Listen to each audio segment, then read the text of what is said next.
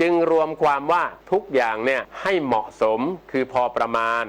ใน4ประการนี้จะทำให้ชีวิตเราดีขึ้นคือขยันหา2รักษาดี3มีกัลยาณมิตรและ4เลี้ยงชีวิตเหมาะสมจะทำให้วิถีชีวิตของเราเดินไปสู่เส้นทางบวกมากกว่าเดินไปสู่เส้นทางลบคนไทยรักสุขภาพฟังทางนี้ขอเชิญร่วมออกกำลังกายสร้างสังคมสุขภาพดีกับโครงการแสงดำใจไทยทั้งชาติเดินวิ่งปั่นป้องกันอัมพาตครั้งที่11เฉลิมพระเกียรติด้วยแนวคิดใหม่ออกกำลังกายเป็นนิสัยห่างไกลสโตรก No Stop No Stroke สมัครได้แล้ววันนี้ที่ wrb11.thai.run ถึง31สิงหาคม2568มาร่วมกันทำให้การออกกำลังกายเป็นส่วนหนึ่งในชีวิตประจำวันแล้วมาเดินวิ่งปั่นพร้อมกันทั่วประเทศ2พฤศจิกายนนี้การเป็นข้าราชการนั้นสำคัญที่สุดคือต้องมีความสุจริตกล่าวคือต้องทำแต่สิ่งที่ดีที่ถูกต้องพูดแต่สิ่งที่ดีที่เหมาะสมและคิดแต่สิ่งที่ดีที่เป็นธรรมจึงขอให้ข้าราชการทุกคนปลูกฝังอบรมคุณธรรมข้อนี้ให้เจริญงอกงามพระบรมราโชวาทพระบาทสมเด็จพระเจ้าอยู่หัวจบข่าวพรหมธิดาทิพยานนท์บรรณาธิการข่าวคณิษฐายิ้มดีและอรัญญาชมชื่นอ่าน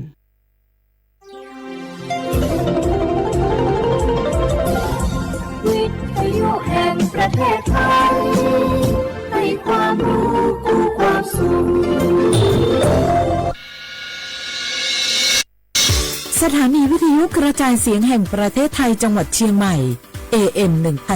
1476 กิโลเฮิรตซ์สถานีวิทยุภาคภาษาชาติพันธุ์แห่งเดียวในประเทศไทยที่มีความทันสมัยเชื่อถือได้สร้างอัตลักษณ์กลุ่มชาติพันธุ์สู่สากล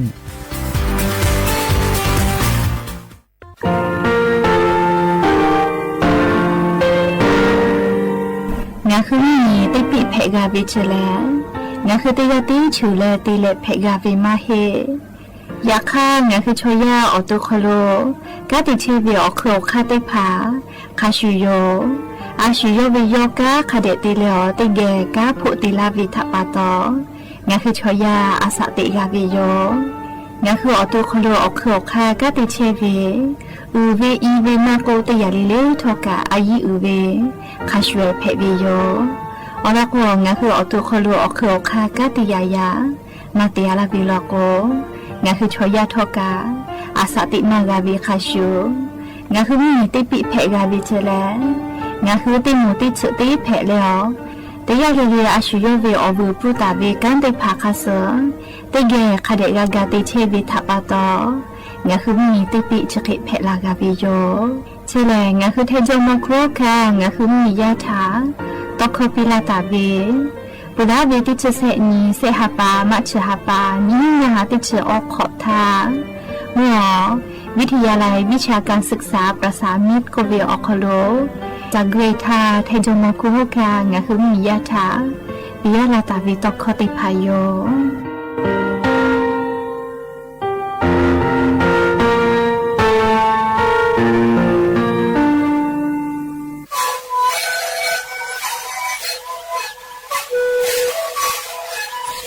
คือมันคือว่าแค่เชื่อเบียออกข้อเฉลย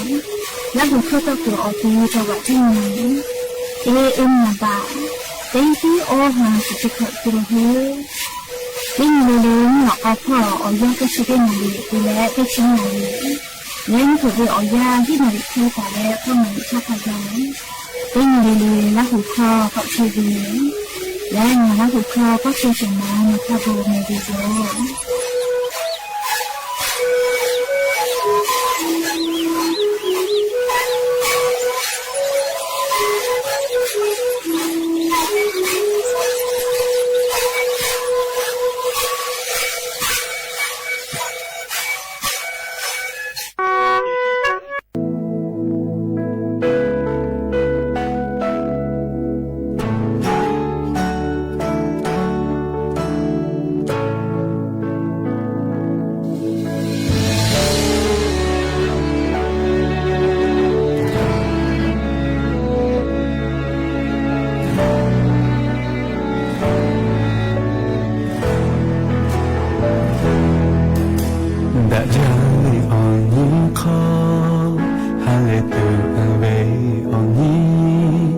ya mo ve cho kha pwe ne thu khon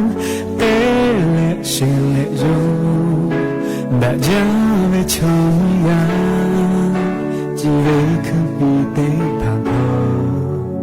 o ve fu ja le on da ja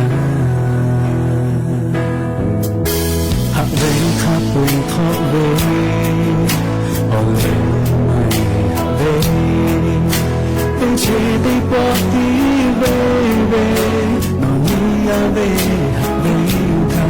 nhận ta lên xa phố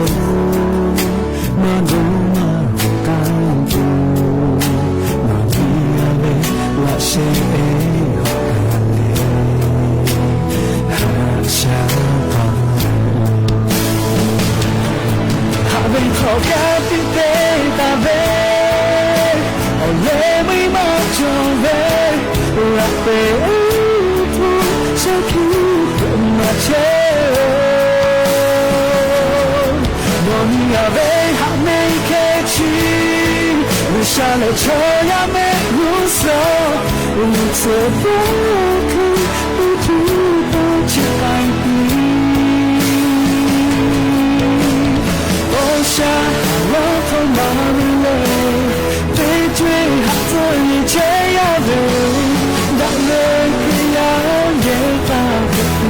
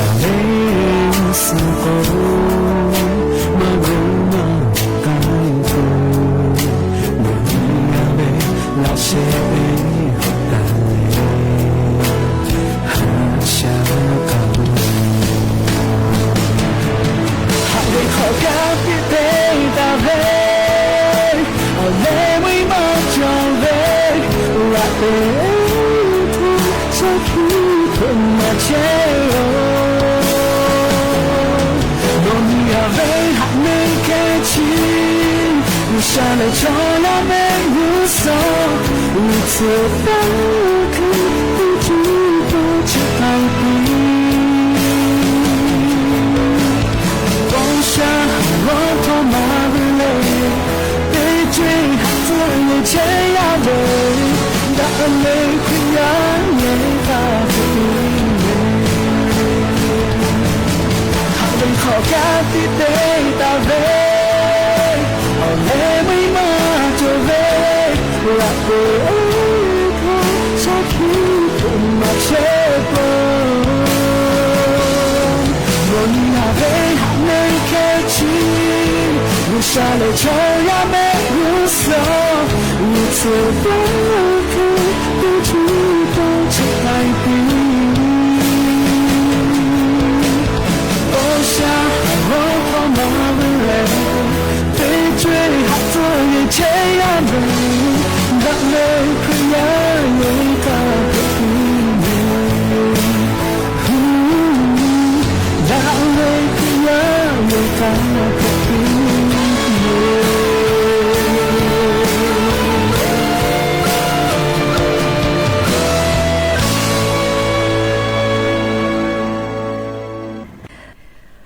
Oboda Javio, Yapihati Potoka, that Javio Yacho Kolonga Hutipoko got Mila Vita Pato, or a politically later that Yavio Kolola said Jale, Raika Oboda Ja, Govio Kolo Hat you love your man. หาเวียวนี่ละหุยาขับพอชิพอลุเชตาเวขักให้เพเชเลเตียลิเลทอกาจาเมโดเมซเมกาเมฮาเลโดซาเทโอลินาจิริเจเวียวยากันนี่คือไทยมิงก็อคโลเลยมุยคืออยาอคโลเชตาวิทัปะโตมุยเซมาคัสปอโตลาเวอานาอังโกติพัฒานี่คือต่อดะและปูวากากิตูจาเวโดเวเชเวจอเวเตจุลิลิพอกามสติตาเลอาชิโยตุโยยากาเชซาจอซาปุตุอปูคเดนิหาซาดักอิสิแมนและยังมีเวียวยาเลยจิริซอคโลกาสปุเตนียังมีเลยโคฮาปาจูฮาปาคโลยันยิติชุขอนี้ลอนเพวิยอมและจะขอโทษกันนี้ฮีนิชงาขอสขอหาเวียวนี้ละหุยติภาวเตหะลิเลเวียยาฮินาริควตาและก็นาริทักขะไกเตหะลิเลงะหุละหุคอไรกาอบุดะจากเวียคโลวิทยุเรดิโอพอมAM เตฮีโอฮัสจิกกิโลเฮิร์ตไลพองะหุละหุคอตอกไอเชวิโยแมปุตตะเลกันนี่พอติพอ Facebook Fan Page สวทเชียงใหม่ AM 1476พอกัดไลฟ์สดติดต่อไกเชียวอเวียนี้ละหุยาติพาติแกละหุคอพอนาแล้วนี่คือละหุชอเจทาโอกาปิดาไกเพวิโยและอย่าเพิ่งหาวิโอยากะยูวิลาตาเว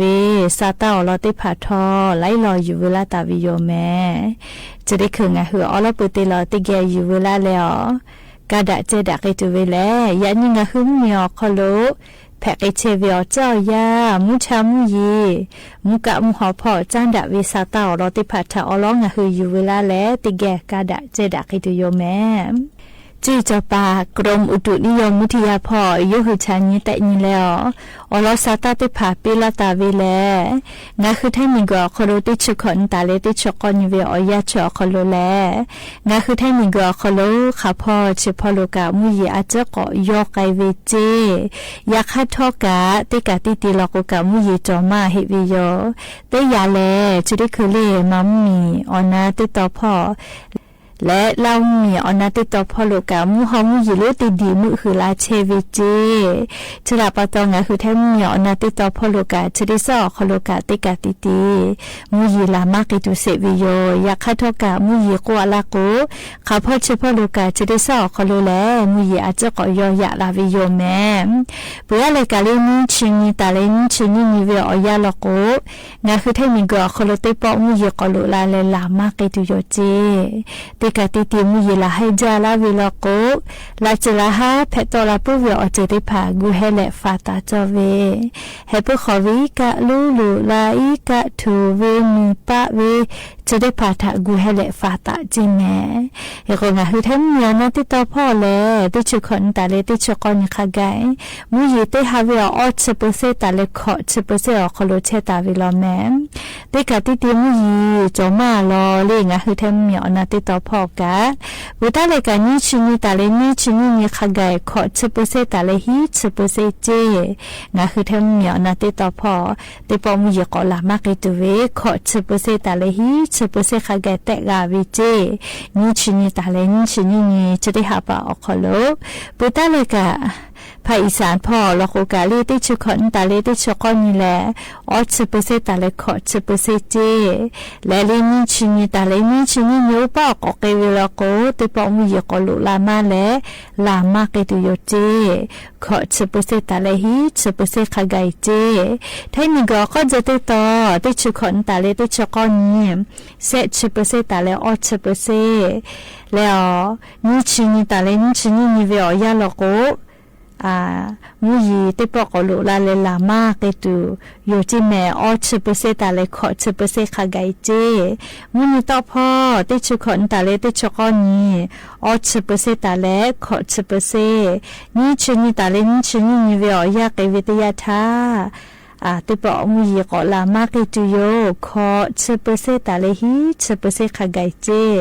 ก็เตเลไทมิงกูออฮอติตอพ่อกะติชุคนตาเลติชกอนีเซชเปเซตาเลออชเปเซนิชินิตาเลนิชินินิเวอยา ออด10%ตาเลขอ10%เจให้แต่ละกุที่พอกะติดชคนตาเลติดชกนี้เวียอยากให้เสร็จ10%ตาเลออด10%และเลยนี่ชนี่ตาเลนี่ชนี่ละก็ออด10%ตาเลขอ10%เจไงก็ละก็เลยยันตาเลติดชกนี้ก็โลข้าพเจ้าพอโลกะมีอาจจะก็ย่อยลาล้อมาโจวิมาเฮลิโจเฮวินะอยากให้กะมาจาวิโยก็เตะเลยนี่ชนี่ตาเลนี่ชนี่เวียอยากให้แกติปอมีก็ละมาจากไอตุโยเจเลยจะทอกะยูเวลาเลยงาหัวเวียเนี่ยละหุยาติพาถ้าเลี้ยวรอสตาติพาจะเคชิลากาลาวิโยแม่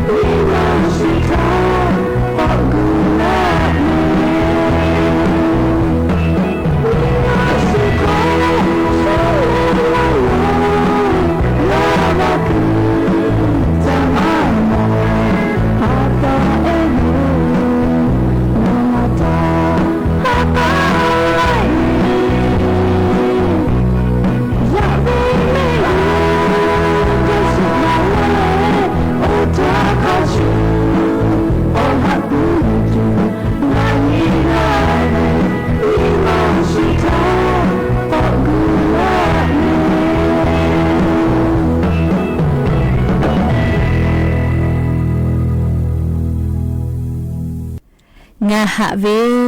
ซาเลลายโยจิแม่เลซาเลลลอตติหะแม่ซาวกาลอยหะแม่เลชยะจอชัวมหาหิทาเลอาชุยอตุทาอโลกะหะวิจิแม่เลกะนะไกเปเลสามายติกาตาวิลิคอปีเอติปุทกามแล้วจะได้ขอจ้าเลยยูเวลาตาวิสาตาอโลติพัทาติเกียกอนาสิแม่หาวิวเนี่ยระหุยติเผากรมการจัดหางานพ่อทอกาลิงาฮึมียะถาสติปิลาวิโยมงาฮือไทยมีกรอคโลลุลาเลเลจากุลาเววีซาเตียเวนาเลวีซาท่องเที่ยวโคเวนะจากุตุลาเววีซาเตียเลอเตปอเลงาฮือไทยมีกรอคโลกอเชะเลกาเตเวลาโกมีเวอเลียวค่าข้อพิถายะเวเจจะดับปะตอเลงาฮืออบอมมีชอไทยมีกรอคโลลุลาเลวีซาท่องเที่ยวเตเลกาเตเชเวกะข้อพิจอวิจิแม่เล่ใครเตและกาติกอติปีเวปอลิเมลิติผัดทอกะข้อพิจอวิเจฉดับปะตอเลงาฮือวีซ่าเลกุตุวิเตียวิลโกงาคือไทยมีกอคโลกังกาจามาเพเจเลกังกาจากาเวลโกวีซ่ากังกาจาเวเลกมแรงาพ่อเวลิมาติภาคาเดกาติลุลาวิโยมาหิเวลโกมีเวลเลียวคาข้อพิถายะวิทัปะตอเลชูทอคลูยูกุลาเวมือลาเวลีนหุมเมียววกุลาเวชริพัทะรักขะวิโยเฮกวงาหุมมีเวอเลียวคากดไม้พอกุโกนะเลวีซ่ากุตุเววีซ่าลัวเลเลไทมิกอคอโลจักกุลาเลกะคอเตเวลโกเลคอพิเลมือวิพูนาเลงาฮีบะตาเลงามือบะขะไกมือเลเตปอตินหุมเมียวคโลวกุลาวิเจเลเคเตลังก็คือไทยมีกอคโลวีซ่ากะกะจาวิกอลอเลลิมาจากเตกันขอเลชูฮาวิจิแม่เลติมากาวินะเคเตเลปอลิเมลิเตพาวีซ่าเลกุตุวิเตียเลอกะขอติเวียเลกะติกอติเตพาปีเวลโกเลปอลิเมเลกาติจกอติเตภากะข้อพิจอวิเจมีเวอเลียวคาข้อพิถายะวิโยมือเวอผู้แลเตมือบะตาเลเตเซบะขะไกมือวิเจชอติกะตอติกะมือวิเจแม่เลเซกะเวียจะขิมะมือวิมาเลชอติกะปุติกะวิเจเลเขกวปอลิเมเลติพานุเกอกังกะจะเชเวชอติภาทะกะเลติกะเลลิกะบอมมีชอมัมมีชอกัมพูชาชอลีจะได้พาลอกวกะจักกะจาลาตุงะหึมมีต้องมีกรมการจัดหางานพ่อกรมแรงงานพ่อจ้าดาเล MOU ติดาตาวิโยอะคอปิตาวิโยอยากเข้าเลียวคากะเสลิมาติพาติเลคาเดกาลุลาเลลีจะติจาลาวิโลกติชุกอปิมาจอดอหาดอคิตุกามาจออยากเข้าโนฮุเลเลกุตุเววิซาโลเวลาเลชปอกาเลขอเชียเลกะก็ขอเตวิลโกเลขอพิจอวิแม่เรียกว่าชะกางาฮึมีอคโลเลียวค่ากฎหมายแต่ตาวิทัปะตองาฮึติไกกะลิมมีเวอเลียวค่าอฮอโลกาเชวิโยเลติไกกะมีเวอเลียวค่ากฎหมายออกโคปุกไปมากาแม่แต่ก็เลยอลอชดิพัทกะอยู่เวลาเลงาฮึอเวียนี้ลาหุยติพัทธาอลอซาตาติพัทจะเคชลากาลาวิโยแม่และทดิจเวอยากาโควิอานามากุเลจะเยลูอานาชดิพัทกะซากว่าจะพอเป็นดาลาวิอานาโยใครแต่ละชดิคืองาคือไทยมิงกอคโลกาเทกเป็นดากิเชลจีเรียกว่าเมาวิแลออตุคโลอานาโจวิ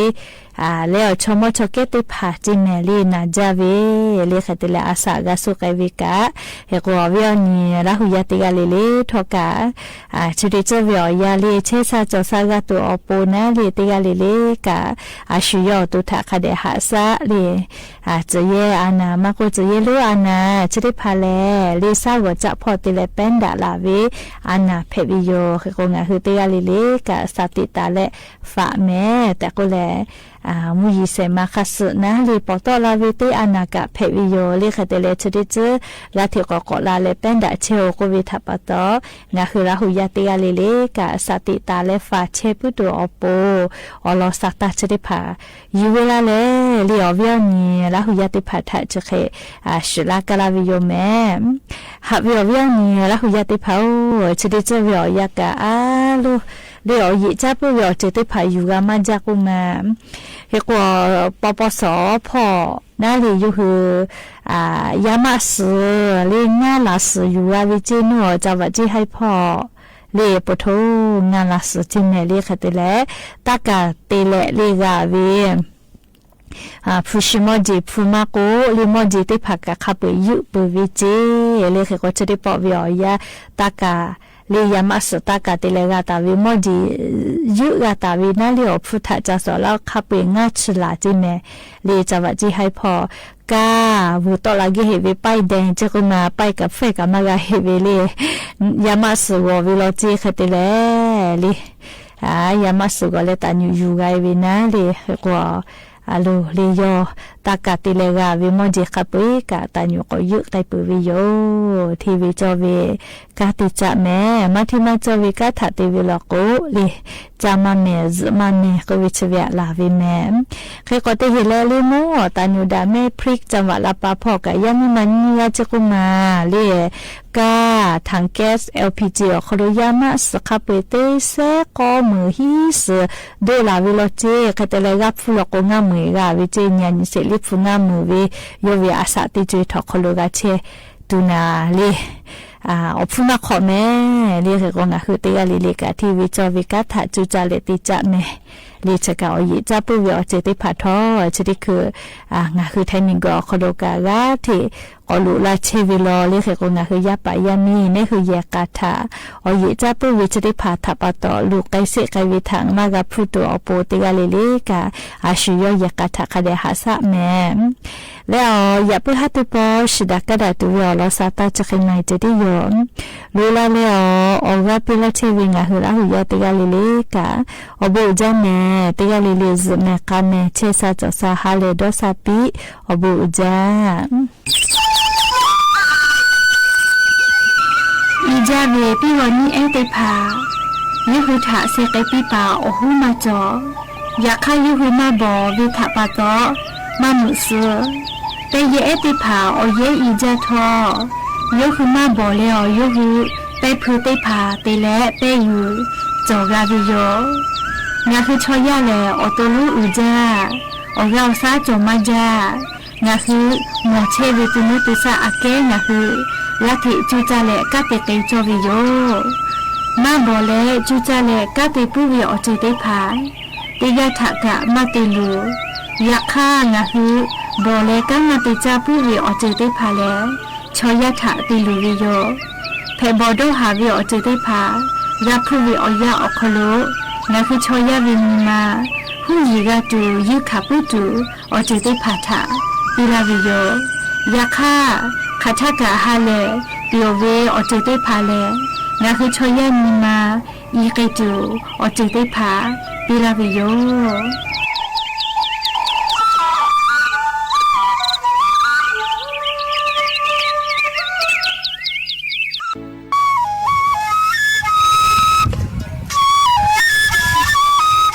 เบอร์วิ่งเลือกกาตัวเฉพาะหูสักเข่าเวและกัดชูมืออัฐามือกำมือเกลือไปเลย เ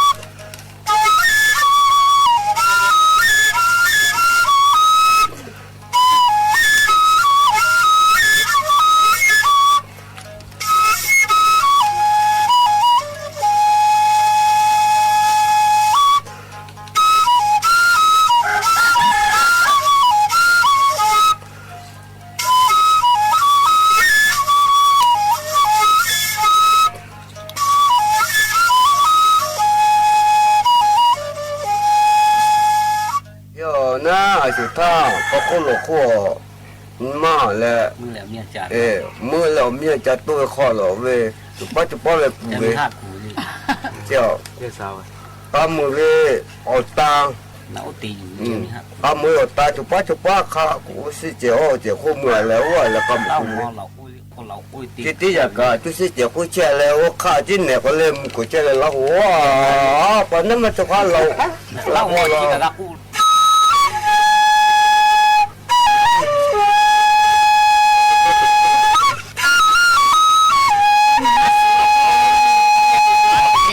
lại xe cả cáo lâu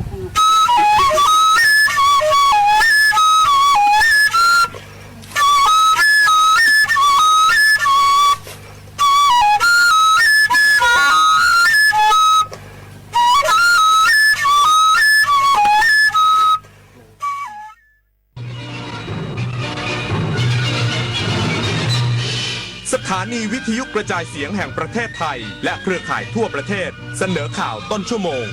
รู้เร็วรู้จริงเกาะติดทุกสถานการณ์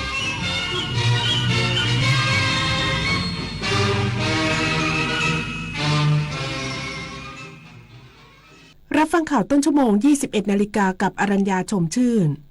กระทรวงการต่างประเทศออกแถลงการสรุปท่าทีไทยไม่ยอมรับเขตอำนาจศาลโลกอีกสักครู่กลับมาติดตามรายละเอียดค่ะ จากน้ำพระราชหฤทัยของพระบาทสมเด็จพระเจ้าอยู่หัวที่มีพระบรมราโชบายในการพัฒนาฟื้นฟูคลองต่างๆทำให้คลองแม่ข่าจังหวัดเชียงใหม่เปลี่ยนจากคลองที่มีสภาพเสื่อมโทรมเต็มไปด้วยขยะและน้ำเน่าเสียสู่การเป็นแม่ข่าโมเดลคลองสวยน้ำใสไหลดีชุมชนมีสุขต้นแบบโครงการจัดการคูคลองในแหล่งชุมชนเพื่อสภาพแวดล้อมที่ดีและพัฒนาคุณภาพชีวิตของประชาชนอย่างยั่งยืนถนนดนตรีไลฟ์เดือนมิถุนายนสนุกกับจังหวะที่อยู่ในสายเลือดของคนไทยดังไปทั้งแผ่นดินฮิตไปทุกชนชั้นจุดผสานทางวัฒนธรรมกับหมอลำสามชาติลาตินซูพร้อมศิลปินรับเชิญเท่าสราวุธทุ่งขี้เหล็กวันศุกร์ที่ 20 มิถุนายนนี้เวลา 18 นาฬิกาณห้องออดิทอเรียมอาคารศูนย์ปฏิบัติการถนนวิภาวดีรังสิตดินแดงกรุงเทพมหานครติดต่อเข้าชมฟรีได้ที่ Facebook ถนนดนตรีเรายังเป็นนักเดินทาง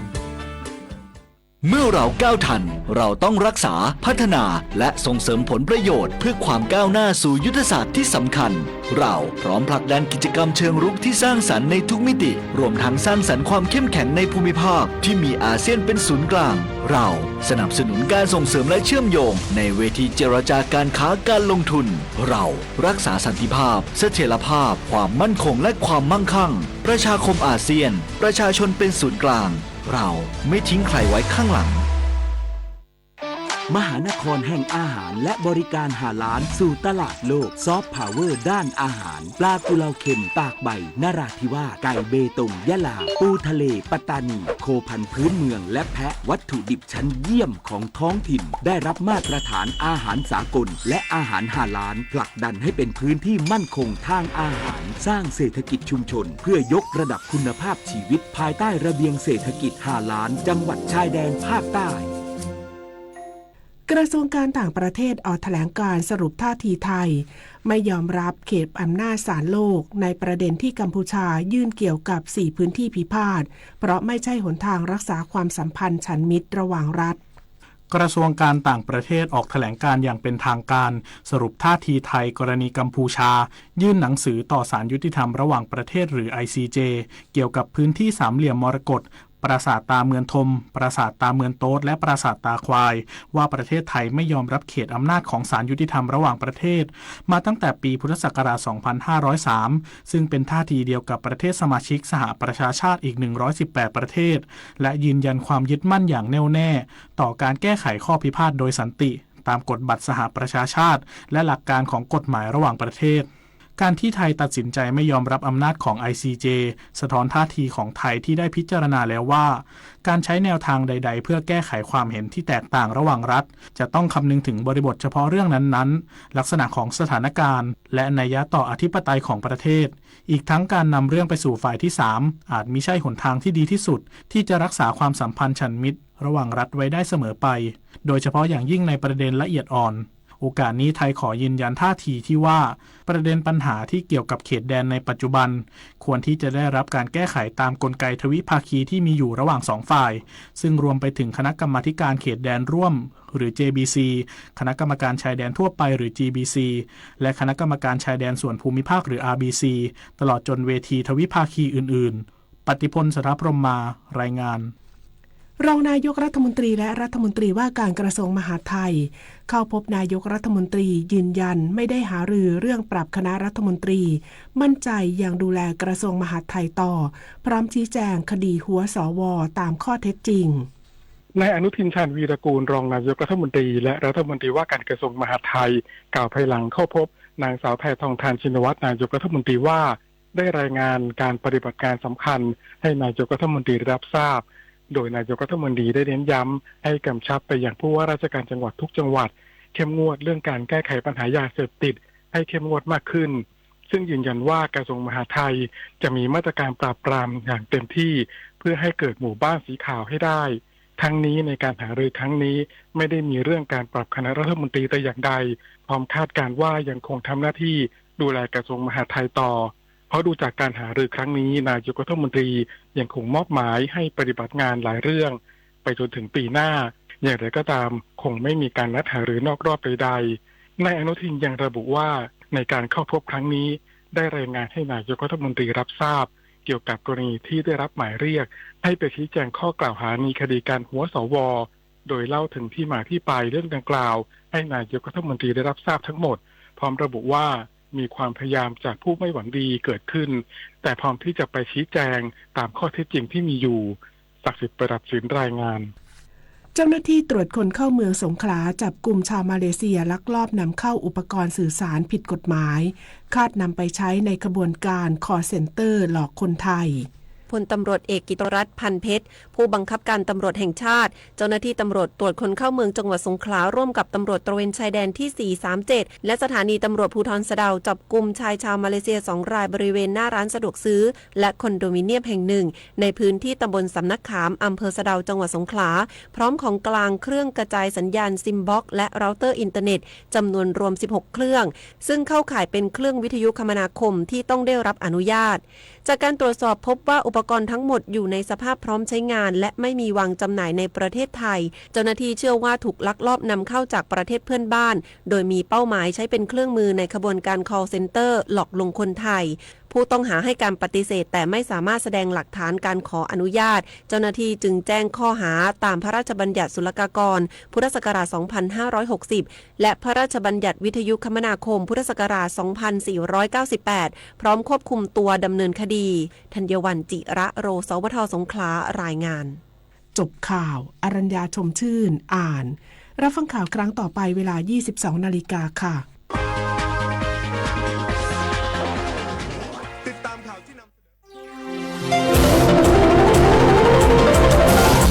วิทยุแห่งประเทศไทยให้ความรู้กู้ความสุข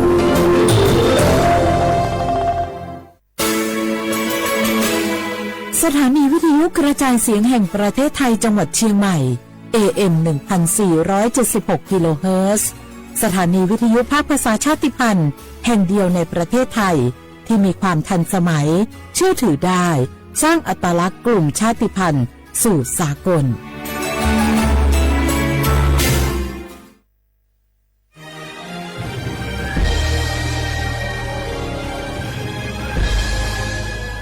เกิดเป็นคนไทยเติบโตบนผืนแผ่นดินไทยจงภูมิใจในความเป็นไทยชาติไทยเรานั้นนับเป็นชาติที่มีความเป็นมาเก่าแก่ยาวนานเรามีภาษาวัฒนธรรมและมีสิ่งต่างๆที่เป็นเอกลักษณ์ให้เราได้ภาคภูมิใจในความเป็นคนไทยเราควรเห็นคุณค่าและมีความรักชาติหวงแหนแผ่นดินอันเป็นมรดกของบรรพชนร่วมภาคภูมิใจในความเป็นไทย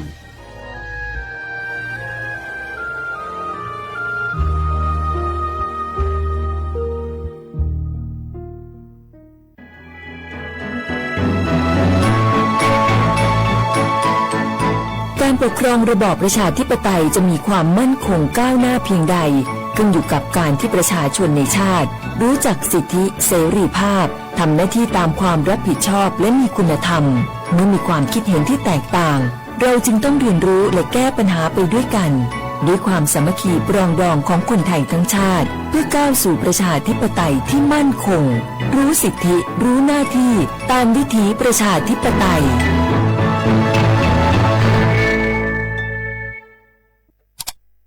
อ้าวแชร์เข้าไปบะอ่านเลยแก้วกับผมก็ดูอยู่นี่นะเจนี่มันก็เป็นโลโก้ของหน่วยงานราชการนะนี่เข้าไปตรวจสอบเป็นยังว่ามาจากหน่วยงานราชโกระวังก็เป็นเหยื่อเข้าปลอมเนอะเอาจะนั่นเลยก็นี่ใจถ้าบัตรตรวจสอบไม่ชัดเจนนะแต่ที่จะได้ประโยชน์กลับส่งผลกระทบสมัยนี้มันหลอกกันง่ายนะหลอกเรื่องการทับซิปนั่นนี่โน่นเพื่อเข้าไปกรอกข้อมูลส่วนบุคคลแล้วก็เอาข้อมูลแล้วนั่นเนี่ยไปทำธุรกรรมต่างๆหรือแม้แต่หลอกให้คลิกลิงก์สารพัดที่มันจะทำนี่นะถ้าอันของจริงเนี่ยจะได้ดีนี่เจนี่อย่างแรกเนี่ยต้องตรวจสอบข้อมูลให้ชัดเจนจากหน่วยงานราชก่อนข้อ2ต้องมันติดตามข่าวสารผู้หูเต่าตันและข้อ3ต้องมีสติไม่ได้เจืออย่างง่ายๆนะเพราะว่าพวกมิจฉาชีพมันจะใจความเจือความศรัทธาความโลภและก็ความกลัวมาหลอกคนทำให้หลายคนตกเป็นเหยื่อเขาก็ต้องเป็นส่วนหนึ่งในการตกเป็นเหยื่อหรือแชร์ข้อความอันเป็นเท็จบ้านเนี่ยเขาก็จะมีความผิดใดอยู่ดิมว่าดีหาเหลืองติดคุกแล้วแก้นี่นะขอโทษครับเจรู้เท่าทันป้องกันการตกเป็นเหยื่อจากแก๊งหลอกลวงปรารถนาดีจากสำนักงานประชาสัมพันธ์ที่3กรมประชาสัมพันธ์ค่ะฮัลโหลสวัสดีครับพี่น้องอายุนี้เดือขยาวโฆษณาเกกกสถานีวิทยุกระจายเสียงแห่งประเทศไทยจังหวัดเชียงใหม่พปานเนอบีเคฮอมอนาแอออนหลีญาเมเจสถานีวิทยุกระจายเสียงแห่งประเทศไทยเฮนาอย่าซิมก้อนบีเอดูอย่าล่อนแต่ช่วงหางละหาเชลกับปจกันเนอดูพ่ออีสอนอีกามาเล่าเนกามองขากากาอีกุญญาอายุเนียวโฆษณาบีเกหมอญาแลนุมาอ้อนนานากาไงเหลียวเนไงชนยางายีเนียวนากาสัมโบนาขอนี่จะมีงาซุมีสีโกจะมีโกเย่และงาเดใจที่โบนาขอนี่จะมีเวนี่มีโกเย่งาสีเวและงายีเนียวมาเจอเกญา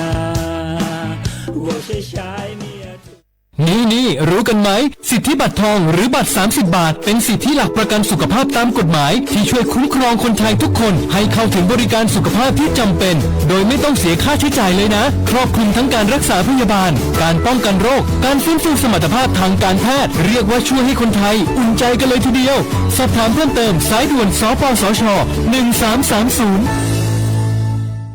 ขอชอเป็น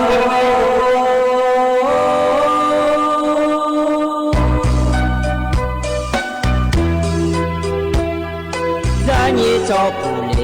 啊，到我土呀卡不，让你怎么灵啊，到我草呀卡不，草怕嘛是草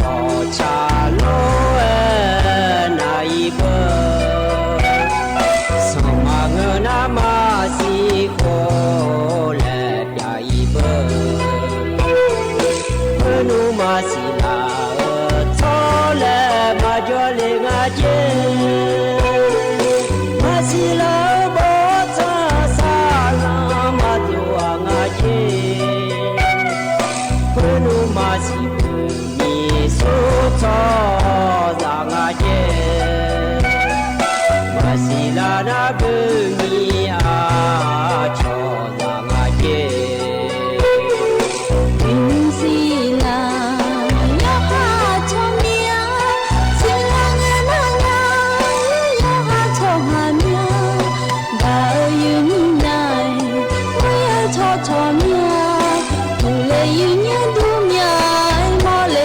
ข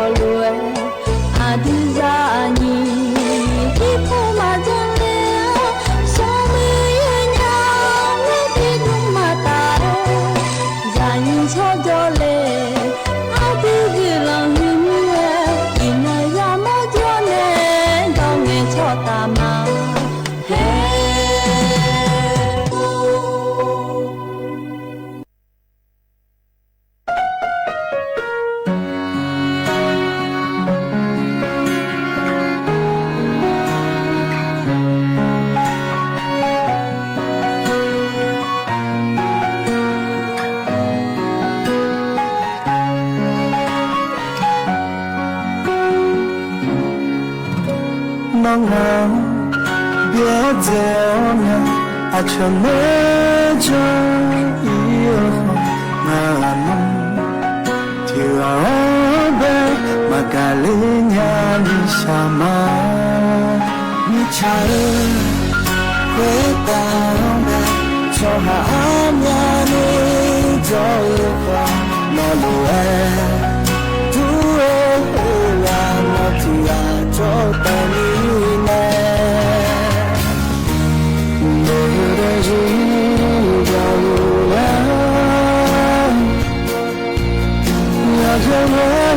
Yashaho Duhashina Mahoni Akanya Bati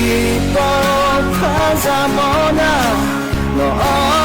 Tenemonia Gahubane Yagandoe Nukoni Ganiele Mangenya Sino Ombe No Benao Yete Yakoni Yotima Yagar No Tira Teni Le Nombe Boka Elemonia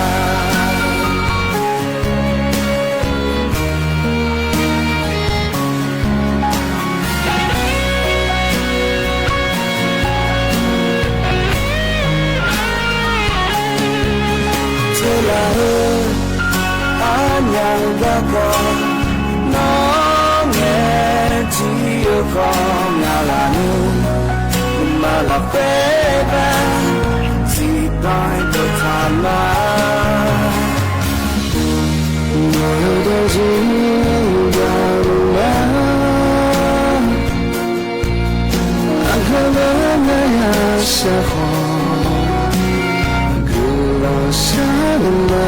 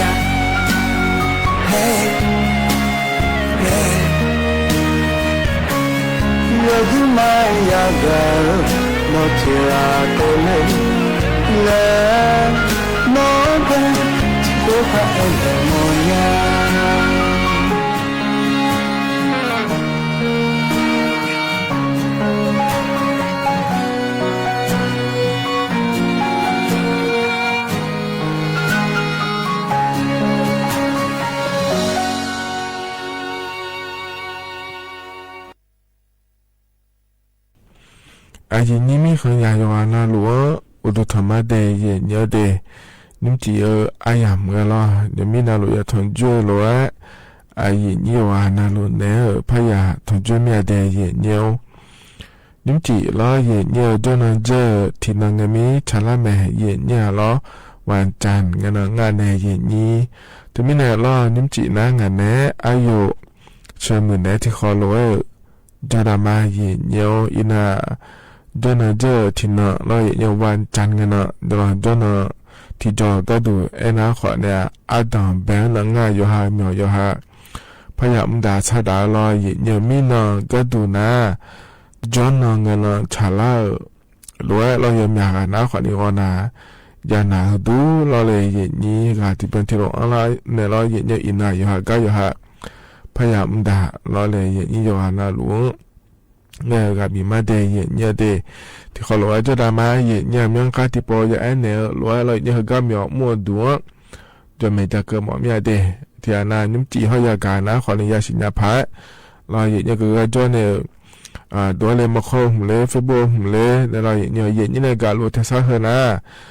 จะมาเมื่อในเนี่ยถอนจั่วมาเดย์เนี่ยเดย์เธอสำนักงานประชาสัมพันธ์ที่3กรมประชาสัมพันธ์รอเหยียดสถานีวิทยุกระจายเสียงแห่งประเทศไทยจังหวัดเชียงใหม่และมาเดเหยียดเหยียดนี้เนื้อนี่พอปะในถอนจุมาเหยียดเนี่ยรอมาข้อปะในข้อเนี่ยรอเฟซบุ๊กปะในเดมาข้อปะก็ดูนะคนเนี่ย AM ที่พระยาสิเช็กโกกิโลเฮิรตซ์รอมาข้อปะก็ดูยมหากะเกาะนี่กะเกยอยู่ด้วยเหยียดเนี่ยเฮกะเดือไทยมีของเดินนี่แม่รอมามีของเกยเรามีของกัมพูชาบาลเวียดนามมีของปาเกนี่รอลาบุมีของก่อนเลยที่กานากะเกยอยู่ดูหากะเกเลือยกานารู้ว่าอุดุธรรมะเดยเนี่ยเดวันนี้ใจที่ว่าปาก็ดูน้าขอเนี่ยเธอในเฟซบุ๊กปาเนี่ยรอเนี่ยเฟซบุ๊กปาเนี่ยก็ดูน้าขอเนี่ยเนี่ยเธอก็ถ้าพอในหน้าหาเนี่ยรอสวทจุดเชียงใหม่AM 1476กิโลเฮิรตซ์เธอก็ถ้าพอในเดย์เฟซบุ๊กปาเราหน้านัวรอเนี่ยอากกะอากมีของจอในหน้าหาลัวคนนี้นากาเธอสมาร์ทโฟนและคู่เธอจะในอินเทอร์เน็ตยานะหน้าหาเนี่ยแม่เนี่ยเราหน้าเฟซบุ๊กปาก็ดูหน้าขอเนี่ยแล้วยิ่งจีหน้าหามาตอนอย่าเลยข้างนึงโซทัวร์เนี่ยหน้าหาคนเลยมาเลยแล้วเธอหน้าหาหมอเธอหน้าคนนี้หน้าหาคนเนี่ยเดย์เนี่ยเดย์ที่มีในเฟซบุ๊กปาในขอนี้หน้าหาเนี่ยล้อมาขอปาในขอนี้หน้าหาเนี่ยแม่เนี่ยล้อเฮก็เฮพอในจากก็ก่อเฮเดินหน้าเราเนี่ยเฮก็มีองค์ดูหน้าคนในรัฐบาลล้อคือข่าวมันไม่ในรัฐบาลก็ก่อเนี่ยเดือนตั้งแต่ช่วงเดือนจากก็ดูยางเลยและเดือนอาคาดอเดือนตั้งแต่ตอนเนี่ยเนี่ยจากได้ในบิสิบิกามาเนี่ยกันนะขอเนี่ยจังเชื่อเนี่ยเราเนี่ยรัฐบาลก็ก่อมีเราจังเชื่อเนี่ยที่จากเนี่ยพายเราเนี่ยจังยากันนะคนเนี่ยอยู่วิญญาพายและเดย์เนี่ยเดย์นุ่มจีก็ยังมีก็ลำถ่ายจะแม่เนี่ยหรอเธอรัฐบาลเนี่ยจากแม่เราแถวกันยุ่งบาอิสราเอลมีของเขาเนี่ยอิหร่านมีของก็เลยโดยเฉลี่ยเรื่องงานแถวเนี่ยรัฐบาลปาขอนินเธอเนี่ยมาพอจ่อโดนอยู่ก็เราคุยในล้อก็จะเกิดขอนิจางาเดขนมจะการได้มาเดือดไทยมีของเราคุยก็ขอเนี่ยขนมจะการได้มาเดนายนี่นะก็ต้องเชื่อก็โลและขนมอายามให้กันยาลัวจะการได้มาเนี่ยที่มีในล้อเนี่ยนี้เฟซบุ๊กปาเนี่ยนะฮาลูนากดไลค์กดแชร์เธอจะไหนจะไม่เดเนี่ยเด็กกดไลค์กดแชร์เธอนะขอเนี่ยนี่เลยชดถ่ายเธอขอนี้มอนยาแถเนี่ยเราที่มีในยอนาลัวดูเนี่ยก็เกิดพายรอเนี่ยกดแชร์เถอะจะไหนเนี่ยแม่เนี่ยที่ขอร้อยจุดละมาเนี่ยเฮกันเนี่ยนะเนี่ยจากด้านมาเดเนี่ยอันนี้จีเฮกันเนี่ยทอนจูเดือขานาอินาหลังที่น่าชะลางาเดเนี่ยบาลาสีนาโกสีคนอาเซที่ของงาเดไทยนาอินาวันจันและแม่เนี่ยเชโกบาลาสีนามิถุนายนโหนะนิพังอายะโกชิเยงาเดเนี่ยเดเฮนะโคโตลาโตลอยเนี่ยทอนเจนิมจีอายามลอยเนี่ยงั้นก็แหลมถ่ายเฮมายจากาด้านไหนมีนะเนี่ยต่อชาติยุ่งแล้วบินาหาดามาเดเนี่ยเดอินยมากับพันในบินาหาดาต่อชาเฮก็เฮยุ่งนะอันนี้เอมมี่แน่ชาต่อชางาเนี่ยเราดอลุมาเล่เดที่ขอรู้นะฮะเบียดามาเนี่ย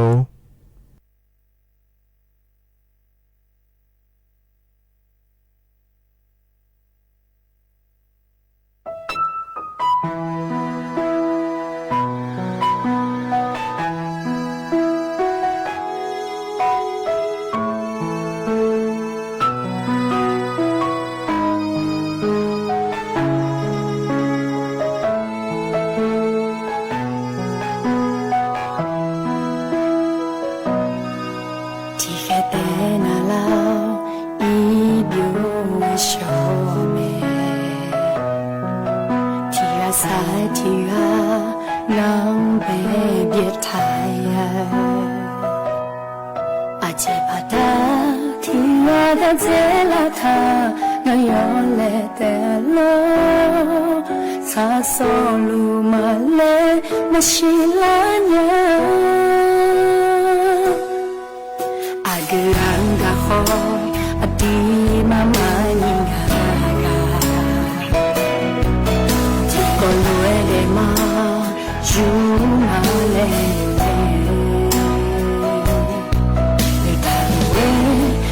Boy ma du lenga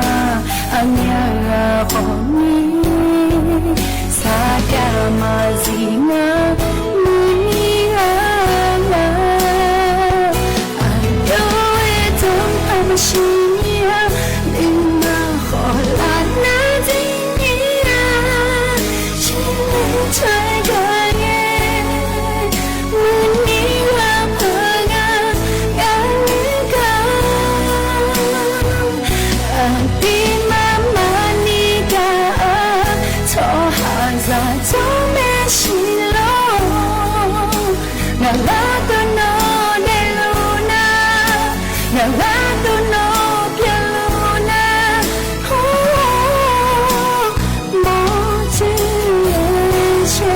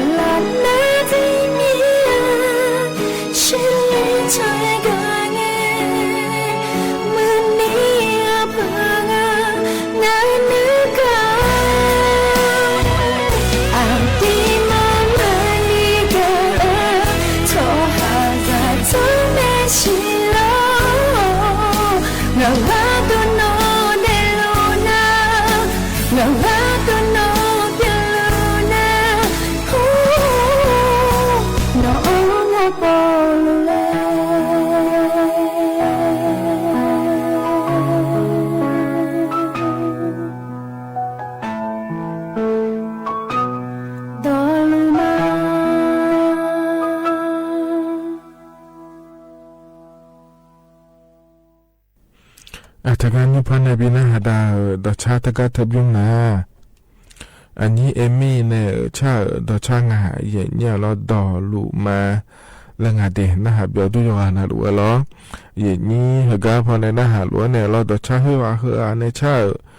นะฮะหมอเมียเล่และนาเราเนี่ยช่องเลยเนี่ยไม่ได้เย็นเนี่ยเดฮกาเนี่ยนะเรางานเนี่ยก็แหลมถ่ายเฮยเย็นเนี่ยจะกะอากาดาเนี่ยมาเดเย็นเนี่ยฮกาอัดดำแบกก็นะเราเย็นเนี่ยถึงก็รัฐบาลปนเย็นนี้อิสราเอลมีคนโจเดอจะกะอากาเกิดเดเย็นเนี่ยเดฮก็อัดดำแบก็จะมีเนี่ยจะแม่จะกะดาเนี่ยก็ถูกงั้นเลยแล้วนะขอเนี่ยเย็นเนี่ย อาเดือไทยช่อหาแล้วอาเดือตาช่อหาอาเดืออาขาแล้วยิงเยอะอิสราเอลมีของโจยอมอย่างนี้จงอาเทียนาสมบูรณ์โจเลี้ยวโลดเตงาเลี้ยวโลเทียนาแล้วยิงเยอะกระจำจะขอดอเลี้ยวโลแล้วยิงเยอะกระจำจะขอดอเลี้ยวนัวยอมอย่างนี้โจดูยิงเยอะเดแล้วถ้ามาปนจากการแอกาในอินุมรออย่างนี้แต่ก็อิสราเอลมีของพอปาข้อเนอิหร่านมีของปากูเดย้ายไม่แน่รออย่างนี้มันเดี๋ยวก็ขอเนี่ยมีขอดูแลเนี่ยพายงาเราเลยนี่เถียมคันนี้มีระเบิดเราที่พอบีบีอย่างเงี้ยเจแล้วขอเนี่ยการไม่รออย่างนุ่มนาล้อเธอมีแน่อย่างเงี้ยเดอินุมอิสราเอลมีของพอปาก็ดูรออย่างเงี้ยแน่จากการแอกาโดเลียนะช่วยเยอแมนที่เขาเลือกถ่ายจอเดและตัวเกิดงานถ่ายเนี่ยห้องในเมียหุ่มมาขอในทำเจเนี่ยอย่าจีอ๋อหลัวก็ก่อยามังเงินนะแล้วเราเลยนี้เธอไม่แน่เงี้ยวยุ่งเฮก็เฮยามละคือแต่ก็แล้วทำไมอิสราเอลปานในหลัวอยู่อาเขาทางไทยดาเดและตัวเกิดงานถ่ายเนี่ยนี้อเดือถ่ายช่อหาแต่ก็เดินจ่ออยู่หาหน้าหลัวอยู่หามาดูอยู่อาคายันเดและตัวงานถ่ายเนี่ยให้เราเธอเนี่ยชอเสียนไฟเลยนะคงเราวิวแล้วคู่เธอมีคนเดินกับกาลาน่าเรานี่ในจ่อปากาลาน่าเขาเข้ามาแล้วเจียเจเนี่ยเราเธอนี่เทียนายุ่งตัวเพจนะเขาเข้ามายุ่งเราเขาจะอังเลดเดแล้วงานถ่ายเนี่ยน่าที่ก้าจะอย่าให้มันยันนี่หล่อแล้วก้าจ่อกับปัจจัยนะเขาเข้ามาเกาหมกเดและตัวงานถ่ายเนี่ยเดแล้วเธอแต่มังเงยเนี่ยอินุเฮก็มีนอยขาละคุยนะหยอโลเจอย่าจ้องเราแหลมถ่ายเจเนี่ยจะโตมาอีจูมาล้อหน้าที่ปวนามีจาก็ก่อนในสลายยังงั้นเจเธอไม่เนี่ยชวนมีจายุทธาก็ดูยังงั้นเธอเนี่ยไฟฟ้าเธอล้อ power bank และคู่งานเดเนี่ยเดเธอก็เธอคนนี้จ้องเราแหลมถ่ายเดพัฒนาเดห้องเนี่ยจะมันจริงๆเรายาลาน่านะคนนี้เขาเข้ามาเธอเนี่ยรับบุญญาภายรอเนี่ยจะมาเจอกันมาแล้วงานเจอกันน่าจะหาล้อแหลมถ่ายเดแล้วก็งานเธอเนี่ยแหละญาภายเดแล้วงานเดเนี่ยเดเธอมีเนี่ยรอเนี่ยยุ่งก็ยามละคุยรอมีอะไรขาละคุยเดนี่สระอปาจอเนี่ยนะฮะลูน่ามาเงี้ยมาเงินนั่นแหละเนี่ยปาถ่ายโดสิเดอีกข้างละคุยจอเดและทว่าจากเอกางาเดเนี่ยเดทก็แล้วถ้ามาปนนี่สระอมีข้างจอเดจากเอกาเกิดงาเนี่ยล้อน่านี่สระอปาแต่มันก็อิรามีข้างปาก่อนนี่จอมาสิล้อเนี่ยเดือดไทยช่อหาเดือดอาขาช่อเจอกันล้อจะไม่ได้เห็นมีของเราคุยจ่อล้อเนี่ยว่าน่ารู้ว่าถ้าก็ยอมมาในเอโลยอเขาชาวไทยดาวเดเนี่ยเดเห็นนะขอเนี่ยแล้วถ้าว่าไปในนี่ถ้าก็จะพอ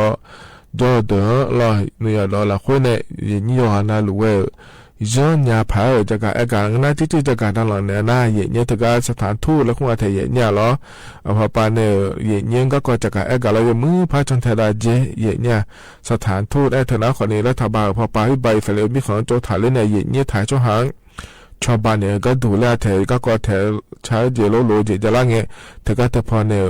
ชาวบ้านเนี่ยเนี่ยที่ไม่เธอก็จะพอเนี่ยจากการอาการก็ยังพระจันทราเจเนี่ยยังจะมาจริงก็โลล้านเนี่ยล้อเนี่ยเดือดถ่ายช่อยสักขวดงาเจแล้วล้อเนี่ยก็ดูส่วนนี้เดือดจะล้านหนาล้อเลยเนี่ยแห่ให้เราไปเนี่ยก็ยังอาจจะว่าจ้างก็ดูงานแล้วยังพระจันทรานะหานะชาวบ้านขอยกข้อเบอร์เนี่ยจะไม่เธอก็จะพอในคนนี้มือพานะหาเดแล้วทะเลาะจากการอาการงาเดเนี่ยเดแล้วเนี่ยจากการอากาศด้านในบิสบิกาเลเดยเนี่ยหัวหน้าอาดัมเบลก็เกาะเดยเนี่ยเดอันนั้นใจที่ก็ดูหัวเดือดไทยมีของหลักเพื่อก็เกาะเราอยู่ชัดเชื่อพอปะเนี่ยจากการอากาศด้านในเนี่ยเดยเนี่ยเดแล้วก็ในนั้นแม่ผัวปะก็ดูเราเนี่ยอัน你切个你这一呢，安能切过不了嘞也你，安能你切个你呢，老的台米很多你那他那哪诺啊，我一个哈没人啊的，来做个台人家好呢，的台米好呢，到把提个那提那那，老也直接买了。แต่ยังงาเดและตัวจากการเอกางาเดเย็นเยอะอันนี้เช็คกันนี่นั่นว่าเธอนั้นมาเยงาเทเย็นเนี่ยขอนี่อัน你切伢呢？你去也把老洗鸡的伢养了会，老嘞也你会伢养不也提拨了拍月提节也伢会伢养呐， อาจีอมอย่างนี้เยลียเดเด้อทุรจักรเอกางาเทเยเนี่ยถึงมิเนี่ยล้อเลยนี่ที่นอใช้ที่นออินยูน่าล้อเยเนี่ยยังงั้นอย่างมิเนี่ยอยู่เยอะเชื่อพอปานในจักรเอกก็ยังเหมือนบิชันเทนบินนะหาหมอเมียเดเยเนี่ยเดเยยุ่มจะขอดอปะแม่เยล่าพอปาแม่ยาสิญญานะขอนี่มดเลยมุดญาผายย้อนญาผายเดเลงาเทยเนี่ยถึงมิเนี่ยล้องาขอนี่มันเงี้ยน่าอยู่จอนาลูกก็พอเนี่ยเราอยู่เชื่อปานในก็เย็นเนี่ยจะกะอากาศด้านนั้นในปีสิบปีกามาเย็นเนี่ยล้อเขาก็พอในทางแท้เนี่ยน่าหาเนี่ยไม่เดเย็นเนี่ยเดอันนั้นใจที่ก่อเดเย็นเนี่ยอันนั้นใจที่ก่อก็ดูล้อเจอละเงี้ยจ่อล้อเลยนี่คณะรัฐมนตรีปะคณะรัฐบาลปะบ่จ่ายังไงเย็นเนี่ยยมอย่างจียมอย่างก่อนละคืออย่าบ่จ่าแม่เนี่ยเย็นนี่นะที่ก่อนนะขอเนี่ยเห็นหน้าเกล้าอันเนอนี่เชื่อสมัยนี้เชื่อเงินในทกาจังหวัดพิษณุโลกและคูกาลาในคลมสัญจรและคู่เธอบอกจะละมาเดและนบเงียทะลุจะโดนเลยหายเนี่ยขอในมินรออินรอทการัฐบาลปะพัชการโดนเลยหายเนี่ยทกาลาก็ดูนะอินุ่มจะไม่ยานางาเดและทุกเกิดงาเทียเนี่ยมาพายาลางาเดแล้วล่ะน่าอาจิมิเนี่ยมายาลาก็ดูงาแล้วทกามาบอกอันทางงาเนี่ยแล้วขอเนี่ยทกาอันนั้นนี่ชื่อสมัยนี้ชื่อนะมาพายาลางาเดลางาเทียเนี่ยนี่ชื่อเงินรอก็เลี้ยจอนะถ้าก็เนี่ยกูเทมือจอเนี่ยทำเนี่ยรัฐบาลแล้วเขาก็จะไม่ยาบจางาเดแล้วไงไอ้ขวานเนี่ยเบี้ยเจแล้วขวานมันก็งารอเนี่ยอย่าป่วยพลามาเจน่าก็ย้ำลายยาก็ดูงานเลยแล้วนะขวานเนี่ยที่โปแล้วพระจากอากาศเนี่ยมาเดแล้วงาเทียถึงมีเนี่ยรอนี่ชื่อสมนี่ชื่อถ้าก็พิษณุโลกเมืองว่าปาลาในบ่อจารามาเดและเธอก็เธอเราจะไม่ยานาง่าเดและเธอว่าจะกะเอกางาเดเยเนี่ยเดที่ไม่ได้เยเนี่ยเราจะกะเอกาดานเนี่ยบิสิบิกาเลเดเยเนี่ยเดเห็นนะขอเนี่ยใจที่เกาะล้อเยเนี่ยน่าอันน่าใจที่เกาะก็ดูเยเนี่ยเธอเนี่ยรัฐบาลปะเนี่ยก็ก่อรัฐบาลมันได้สดาเธอนะคนนี้ยุ่งรอเลยอย่างนี้เดือดไทยมีเขาละคุยแล้วก็น่าแต่ยังแต่ก็เล่ายอมยาเนี่ยมัมยาเนี่ยที่ก็คันเลงอาเดียอย่างนี้เลยที่ไม่ได้รอยุ่งเขาก็ที่นักโจรล่าอายามเขาละคุยรอเธอแต่ยังแต่เดือดไทยมีเขาละคุยแต่บิการยาล่าก็ดูเดลรอจนดาวยอมยาที่ยังง่ายอย่างนี้รอนั่นเธอก็จนดาวยอมยาเจละคุยที่ก่อนนะขอเนี่ยอย่างนี้เดือดไทยชั่วเรายังสักโหเราจอดศาสนาแล้วพวกเราทอถานะขอเนี่ยเพชรยังทอถาขอเนี่ยมีหาล้อคริยาขอยอมมีข้อเนี่ยล้อเย็นโยศาสนาพุทธแม้ศาสนาพราหมณ์ฮินดูซิกและขั้วเธอแม้ล้อเย็นโยอาจารย์อย่างนี้จะแม่เย็นเนี่ยเราเธอไม่เนี่ยเขายังสักโหหอบปานเนี่ยก็ดูเย็นนี้มีคนตัวนี้แต่บิการ่าเนี่ยก็ดูจุดยาผังอะไรเขาเนี่ยจังได้เดแล้วตัวเกิดงานไทยเนี่ยจะมาเจ๊งเหรอเพชรยังทอถาตัวนะเบอร์เธอวันอาสาฬหบูชาและขั้วยังล้อวันเข้าพรรษาและขั้วยังล้อเย็นโยกนักคาริยาก็ดูนะเบอร์คริสต์มาสและขั้วยังล้อเย็นนี้อิสลามเขาป่าก็ดูนะขอเนี่ยเทศกาลอาสุราและขั้วยาเจเย็นเนี่ยล้อให้ยมยาจียังที่ไม่เนี่ยยังสักโขเขาป่าในช่วยยาโยกอันนี้แต่เดบิกอะไรเนี่ยผังงานเลยเขาก็พอเลยจะดามาเดและตัวเกิดงานแต่เนี่ยไอ้เราที่ไม่เนี่ยยังสักโขยามเธอเฮืองเงินเราเฮืองเงินเราหือล่าจาน่าเดือดไทยมีของเราคุยนะของเราดูมาจ้องหือด้วยยังมีของตัวนี้มอเนี่ยแต่การลาภายเราจะมาเจ๊งไงคิดสมาไอ้ยามเราคุยกันแล้วนะยังดูมาจ้องหือดูที่เราขนาเดยเนี่ยเดไม่เนี่ยเหรอนะรัฐบาลปานเลเจเนี่ยเราเธอแต่ยังแต่ปีกันละก็ดูได้ยังเนี่ยเจ็บเพราะปานเนี่ยเลเจเนี่ยบิลาก็ดูแล้วจังดางาเดและเนี่ยจะการเอกาดานเนี่ยบิสิบิกาเลยเดที่ไม่ได้ยินยี่ห้อดาวโลนิวโซยมือกันหากเราเดยเนี่ยเดเพราะนั้นยุ่งอันต่อไปไอ้ยามพอเราคุยไอ้ยี่เนี่ยทางจุนในจะการเอกาดานเนี่ยบิสิบิกาเดยเนี่ยเฮกันหาเนี่ยแต่ชาติบิงเลยนะหาดามาเนี่ยเรายุ่งเฮกันพอในบินนะหาดาเฮนะงั้นอาจจะงั้นแล้วเขาเลยและชาติเดที่เขาเลยนะหาเดือดมา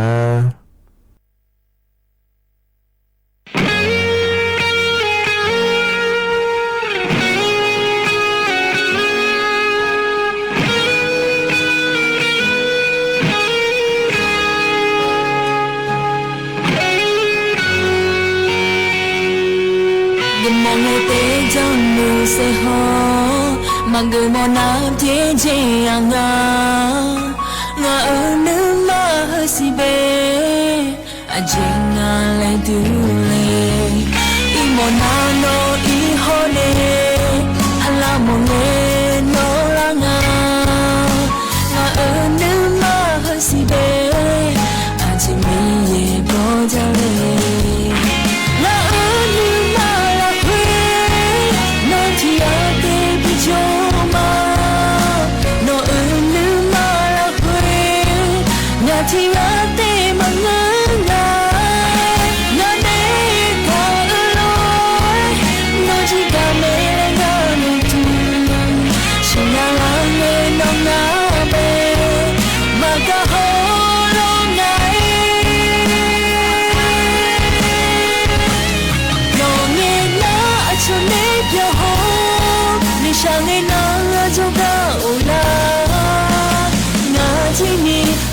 cho hà ma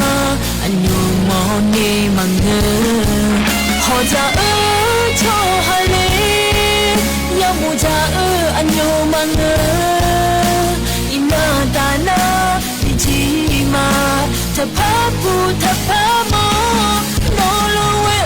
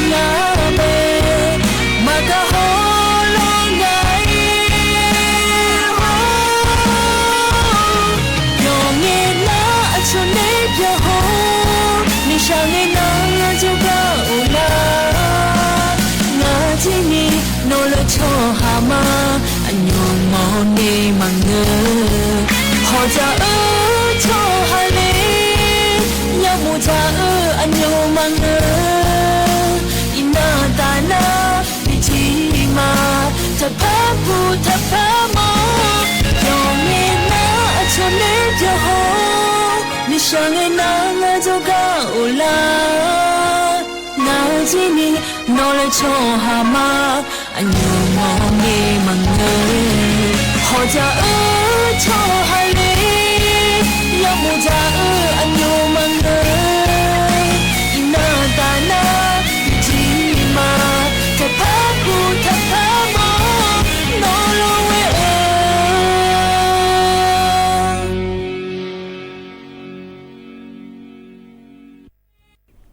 thưa na đã cha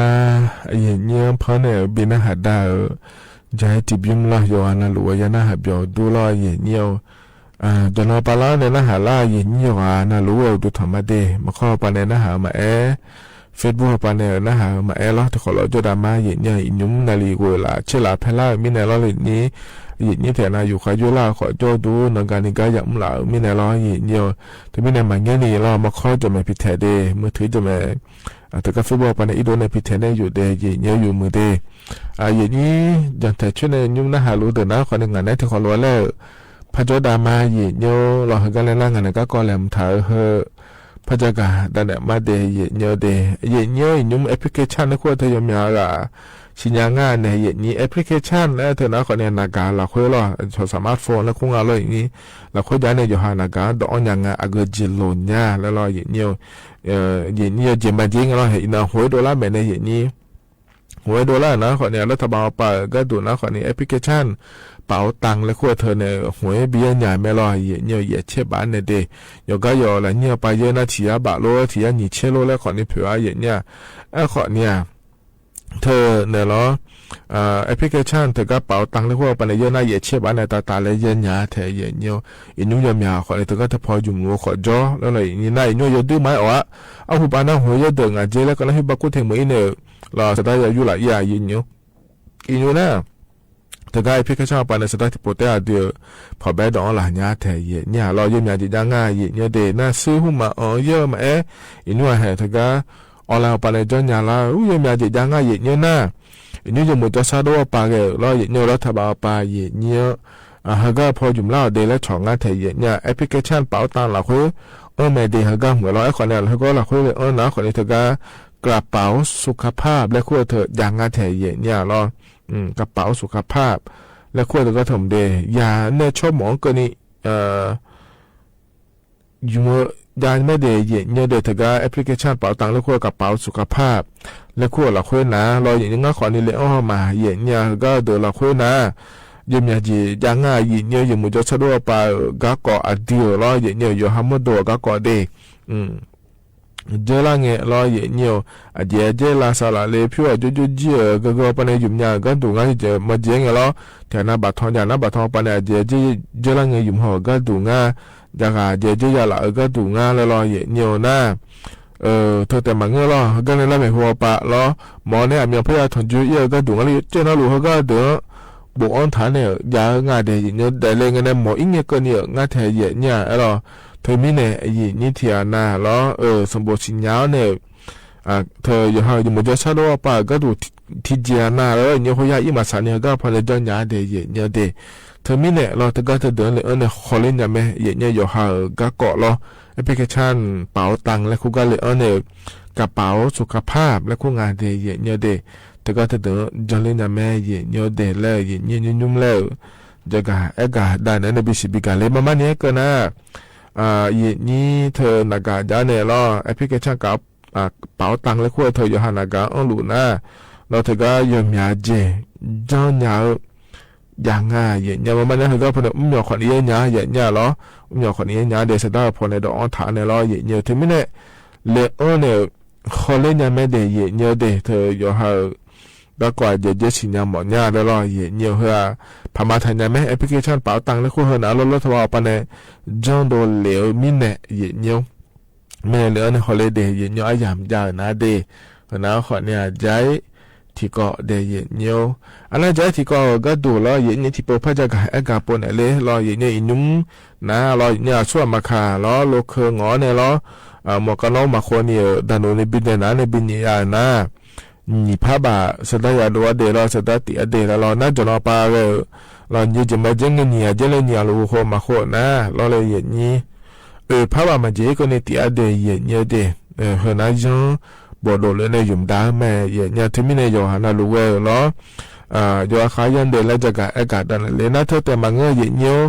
นุ่มจีบาดอนเนี่ยเราเนี่ยดันโนในบินเนี่ยเดี๋ยวขอยังเนี่ยเช่นงานนั้นก็เลยยังเจเนี่ยเหรอทำไมเราจะกล้าปาเหมียวมั่วแม่บอลเลยไม่เลยนะก็มุ่งแต่แม่เช่นงานเนาะยานานะมาพัดด้วยแม่เนี่ยบิดเทโดสวยแม่เดียเนี่ยเดทำไมเนี่ยจีบาดอกันรออยู่ใครยังอ่ะดอเนี่ยกันเนี่ยรอโลเคทายุมเดียเนี่ยเดนั่นยุ่งละเธอนะขอเนี่ยเฮโลเคแม่ลมรอจีบาดอยังในอยู่มันในบินเนี่ยนะดันโนในยุทธาสวะเดียเนี่ยเดโลเคมาพัดยุมเนี่ยไปโลเคหัวมายุมเนี่ยไปยาแทยเนี่ยเฮนะขวานเนี่ยนี่จังก็เกาะรอยุมได้มีเนี่ยนี่ว่านะรอยาสิญญาละขวานเนี่ยเฮนะนะรอยาสังอาเจขอยังอิงอาเจโลขวานเนี่ยบิงอทางอาเจแล้วดันโนเนี่ยรอเนี่ยอยู่ว่านะรอยจังเนี่ยพายเดลจะกะดันเลยเดเนี่ยขณะต่อหลุดล้อนิ่มเจียกายนี่นะทันจวนเนี่ยจะกะดันในบิสิบิกาเดก็หนาวแต่ชาติบิมแล้วพนาหาดามานี่มันก็พอแต่ชาก็ให้บิมน่ะอบอลิให้เนชางาเดฮูมีกังเนมอนยาแล้วชางาเยที่ขอร้อยนะหาเบียดามา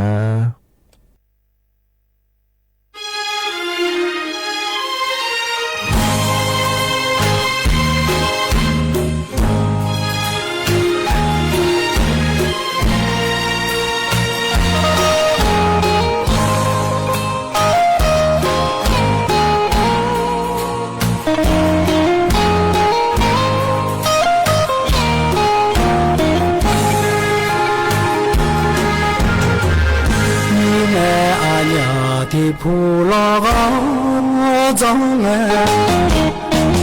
gà lê hòn thì có lúa đều ngồi mà lẽ mà về mà đủ hoa thì nó cơ lá nghèo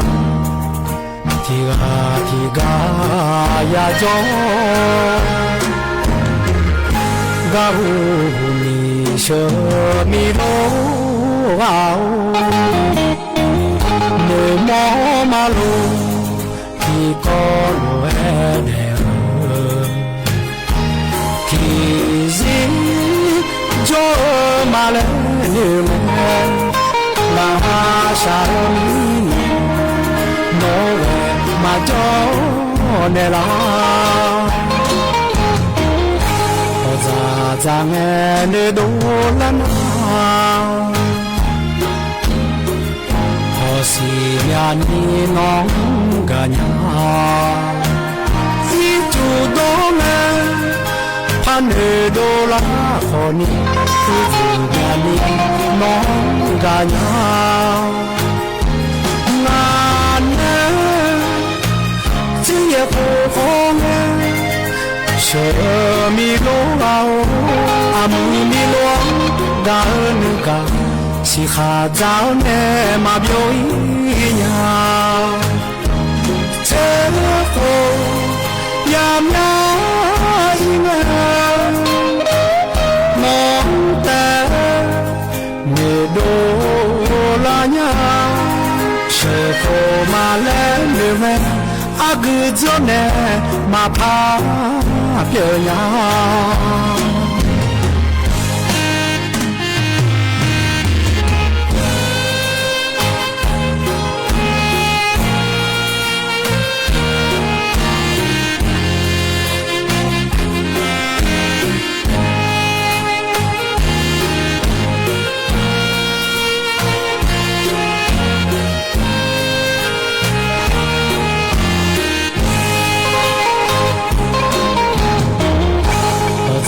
rằng nơi đâu lần họ xì nhà ni nón cả nhà khi chủ đó nghe hắn nơi đâu là họ ni khi nhà ni nón cả nhà ngàn chỉ khổ khó nghe sợ mi lô ao mi loang gà hơn cả chỉ khá giáo nè mà biểu nhà chết khổ yam ya nghe mong ta người đô la nhà sợ khổ mà lên được mẹ 그 전에 마파뼈야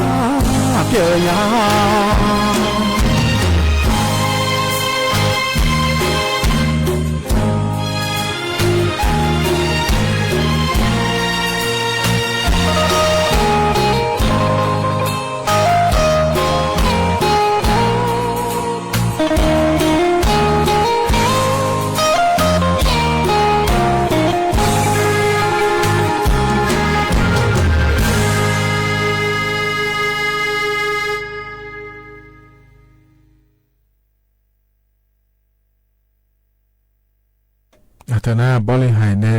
ชาต่อชาเยี่ยคุมีหวังหนึ่งมอนยาแล้วชาต่อช่างอเดบอยู่แล้วชาต่อชาแม่เยี่ยนี่ว่านาลูเวออาจารย์น่าหาเดี๋ยวด้วยเยี่ยนี่อาศัยยามว่าฉลาดแม่เยี่ยนี่เธอไม่ได้ล้อเฮกันในน่ายามข้าเจล่าเฮรออายชาการแล้วพระบิณหาดางมาเดเยี่ยเดนึกเจอกันอะไรเพราะในบิณหาดาวเฮก็น่าขอเนี่ยอายุบุออนเนี่ยชางาเยี่ยเนี่ยยุ่งล่าเยี่ยเนี่ยอันดับเป็นเนี่ยคำนี้คำนี้แต่มาสีเราเมื่อเราขอเนี่ยรู้เราจะเราจ้ากันเนี่ยเราโยมมาสีแม่เยี่ยเนี่ยไอ้ขอเนี่ยฮัจเจล่าหรือฮัจยาหรือเพราะในบิณหาดามาเดเฮก็มาอยากฮัจเจล่าหรือเพราะบิณหาดาเนี่ยก็อิมาเดอุจิอุมาเดเยี่ยเนี่ยขั้นสวาราคาเชตานิทุลาเนี่ยเราอีกอย่างนั้นเนี่ยอายุเชื่อมือเนี่ยนาลีเยละเนี่ย我两个你了，怕糖就拉嘛的，我一嘛的，我都他妈。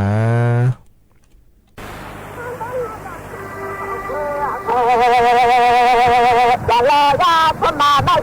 为了呀，小都可要母子来洗脚，是了那洗马啥了呀，大不的擦了呀，我擦呀嘞。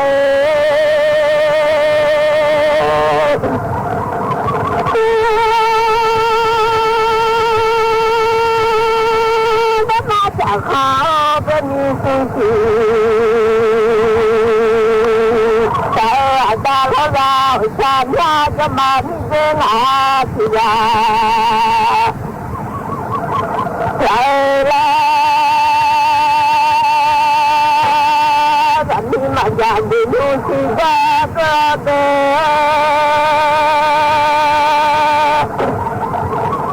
阿多妈妈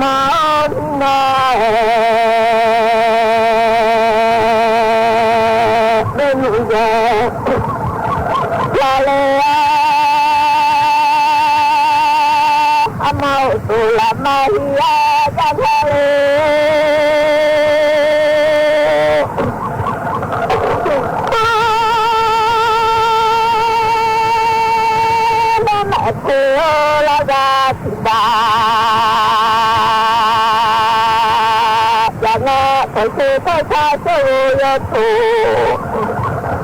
adanya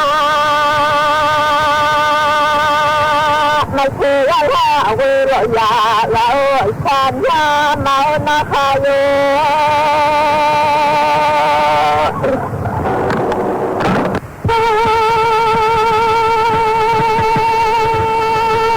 semula maya demam ulah hingalu maya sekolah ya sekolah maya janji lagi jadi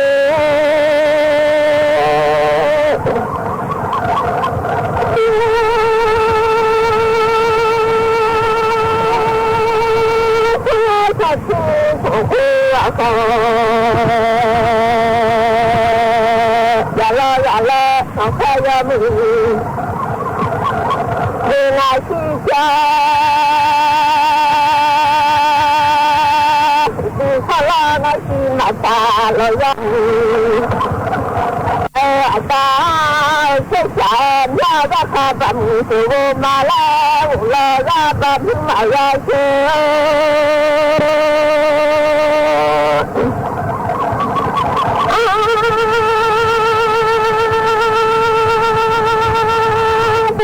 pulang pengadu hati bamuti pulang tengah kalau sudah kasih karena kita yang musuh malah ulangnya terjangan yang saya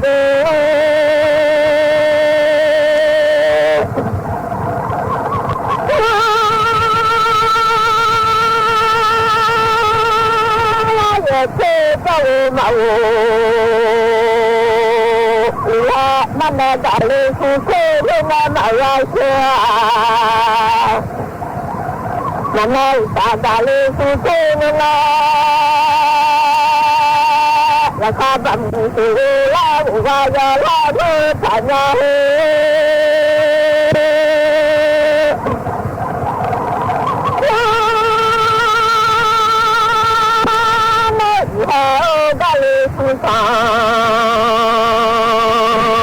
bila mana masa tahu selanya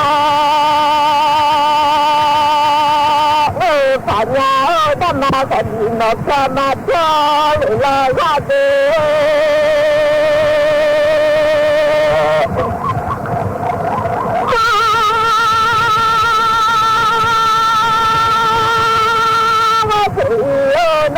mata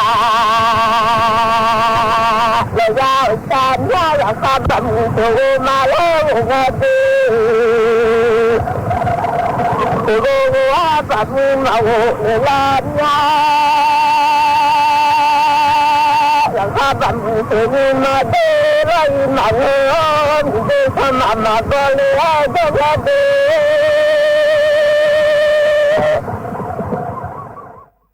สถานีวิทยุกระจายเสียงแห่งประเทศไทยและเครือข่ายทั่วประเทศเสนอข่าวต้นชั่วโมงรู้เร็วรู้จริงเกาะติดทุกสถานการณ์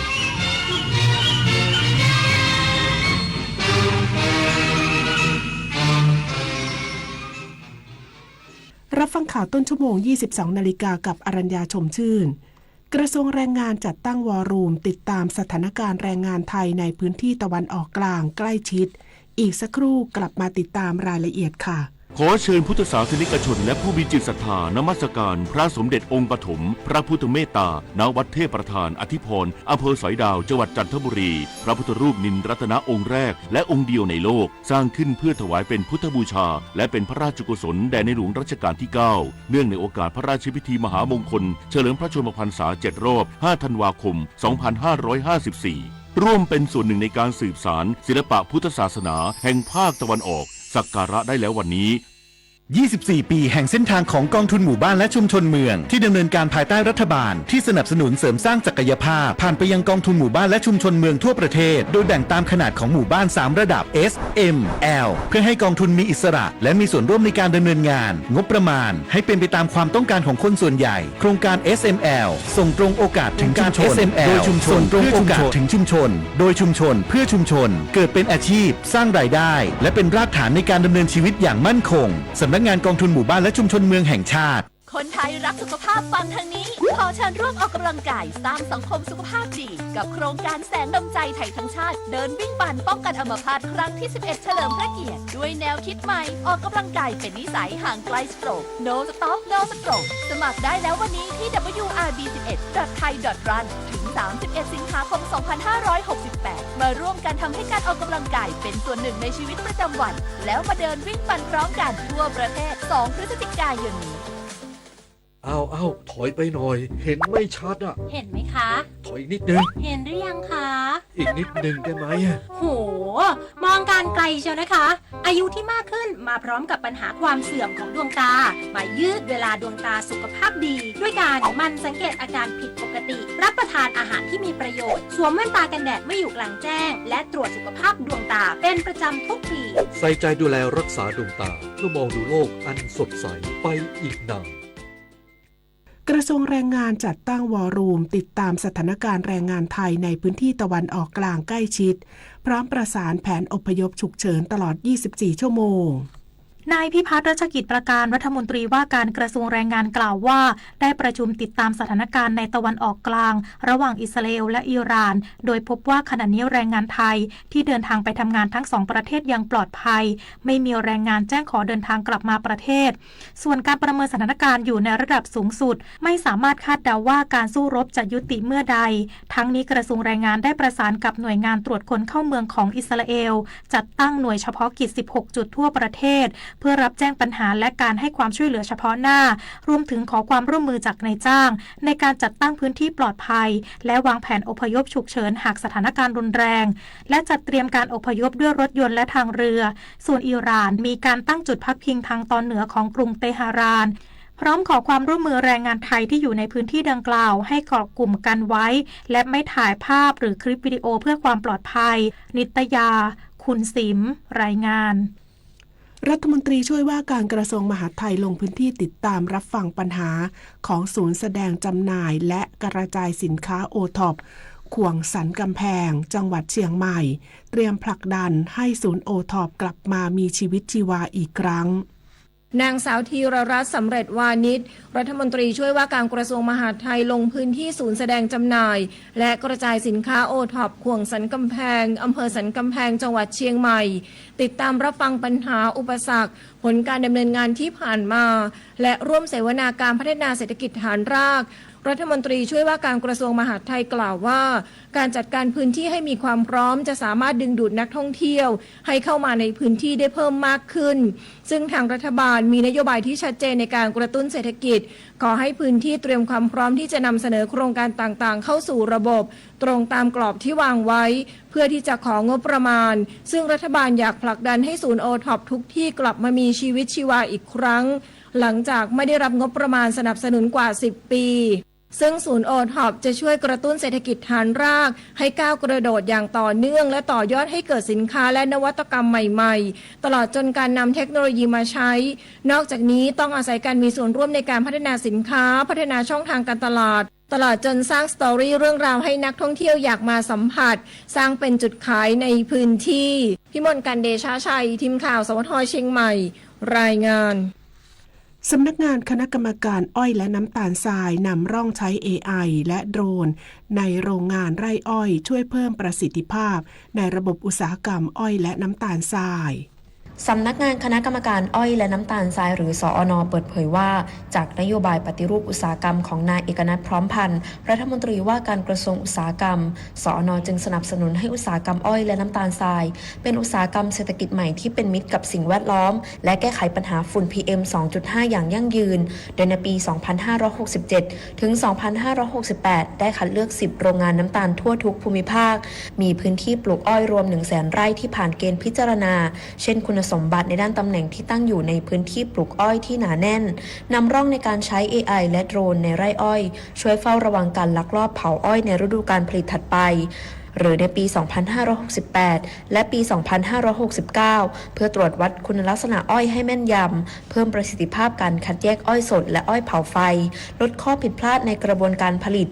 ช่วยรักษาคุณภาพน้ำตาลของโรงงานและช่วยวิเคราะห์คุณภาพผลผลิตตันต่อไร่และค่าความหวานของอ้อยเพื่อให้เกษตรกรสามารถวางแผนการเก็บเกี่ยวในช่วงที่อ้อยมีคุณภาพสูงสุดเพิ่มรายได้ให้กับระบบอุตสาหกรรมอ้อยและน้ำตาลทรายลดจำนวนการลักลอบเผาอ้อยยกระดับภาคการผลิตอุตสาหกรรมอ้อยและน้ำตาลทรายให้เป็นมิตรกับสิ่งแวดล้อม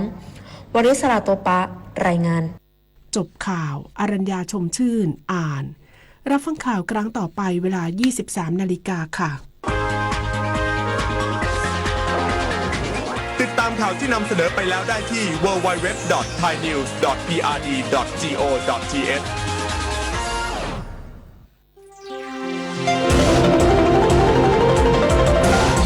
วิทยุแห่งประเทศไทย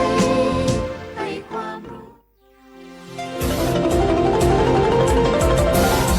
วิทยุแห่งประเทศไทยให้ความรู้คู่ความสุข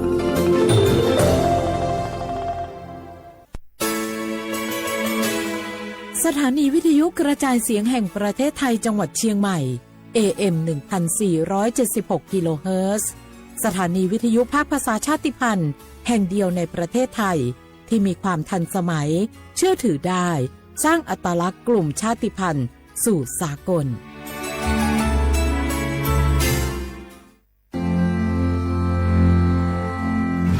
รากฐานสังคมไทยตั้งแต่อดีตจนถึงปัจจุบันเคารพเทิดทูนสถาบันพระมหากษัตริย์เป็นศูนย์รวมจิตใจที่เหนียวแน่นของคนไทย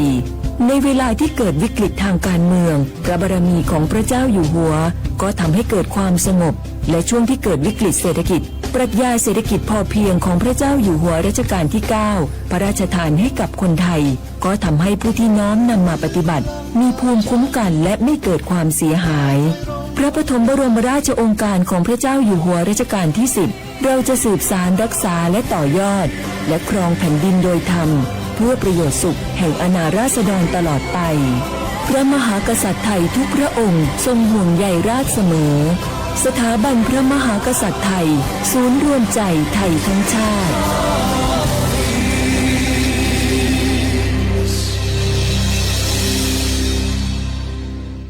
โอกาส ก้าวสู่เส้นทางศิลปินกลับมาอีกครั้งพร้อมปรากฏการณ์ครั้งใหม่ที่รวมการประกวดร้องเพลงไทยอมตะร่วมสมัยทั้งเพลงลูกทุ่งและลูกกรุงไว้ในเวทีเดียวกันกับโครงการเยาวชนสืบสานเพลงรักไทยโดยสำนักงานทรัพย์สินพระมหากษัตริย์ซีซั่น 2 เปิดรับสมัครตั้งแต่วันนี้ถึง 15 มิถุนายน 2568 ชิงถ้วยพระราชทานและรางวัลกว่า100,000 บาทติดตามข้อมูลเพิ่มเติมได้ทาง Facebook เยาวชนสืบสานรักเพลงไทย มะเร็งปากมดลูกรักษาได้ถ้าตรวจเจอระยะแรกหญิงไทยอายุ 30-59 ปีวันนี้รีบใช้สิทธิบัตรทองตรวจมะเร็งปากมดลูกได้ไม่เสียค่าใช้จ่ายติดต่อสถานพยาบาลในระบบบัตรทองหรือจองคิวตรวจผ่านแอปเป๋าตังค์เลือกกระเป๋าสุขภาพหรือขอรับชุดเก็บสิ่งส่งตรวจมะเร็งปากมดลูกด้วยตนเองที่ร้านยาและคลินิกการพยาบาลสอบถามเพิ่มเติมสายด่วนสปสช1330ตลอด24ชั่วโมง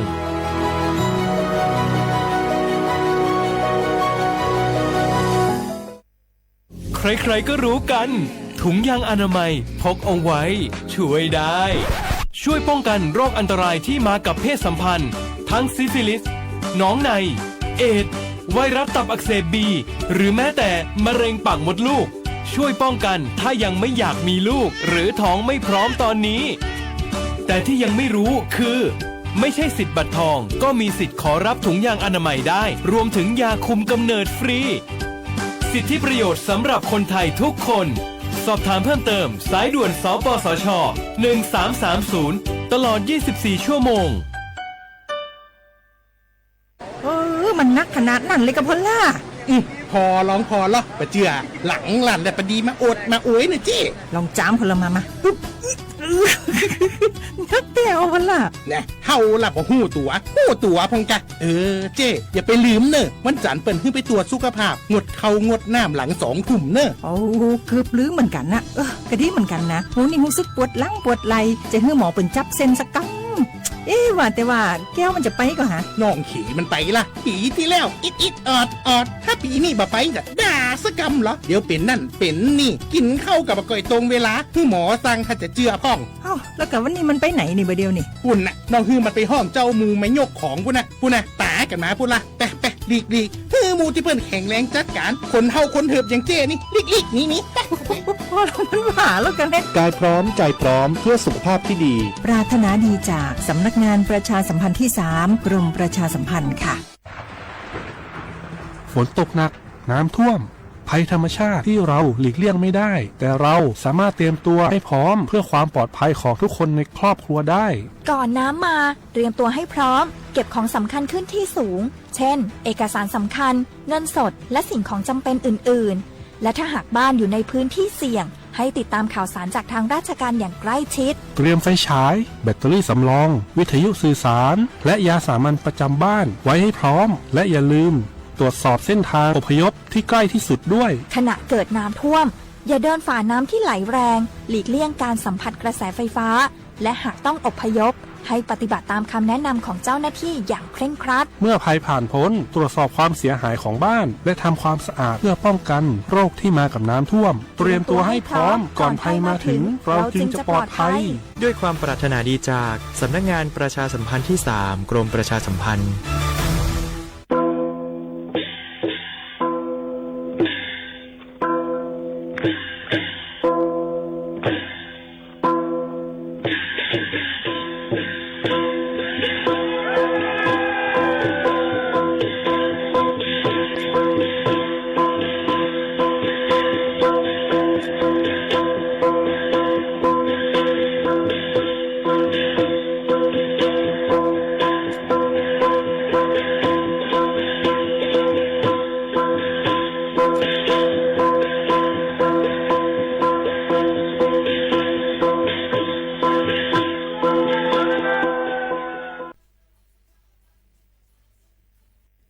พี่น้องเขาสนใจใครปืนเผาผ่านตั้งห้องเปิดเซ็งสวทเก้งใหม่ปั่นตั้งหู้ห่มปาดังมีดังซื้อถ่อมแจ้งแล้งหลีกว่าไก่ในปืนตีเจดอนเก้งใหม่กับสืบมาเลยดี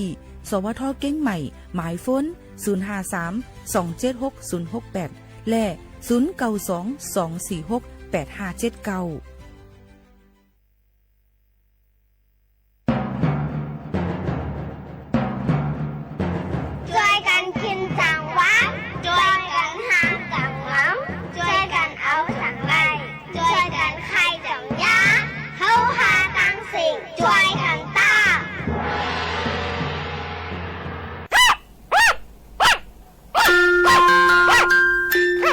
แม่มาตัวนั่นลีหักน่ะเนาะ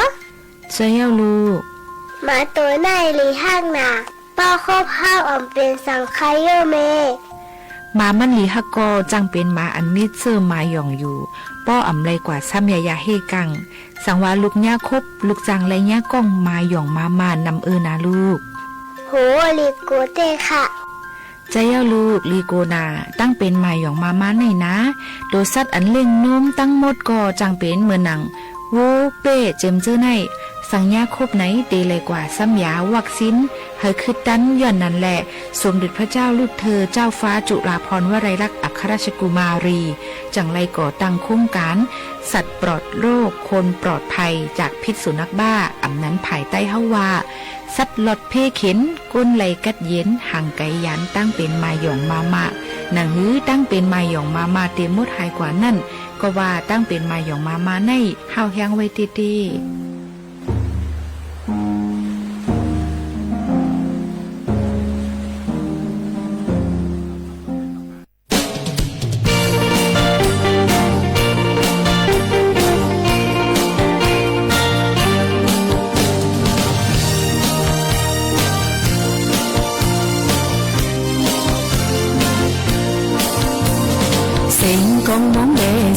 成功忙咧成，冇朋友的那般，马来人哎忙忙忙，马来仔哎忙忙忙，跑呀被thương，跑呀被來送，思考怪家笨講家平間，悶悶思走的，悶悶思走又好家平間應在。ตั้งก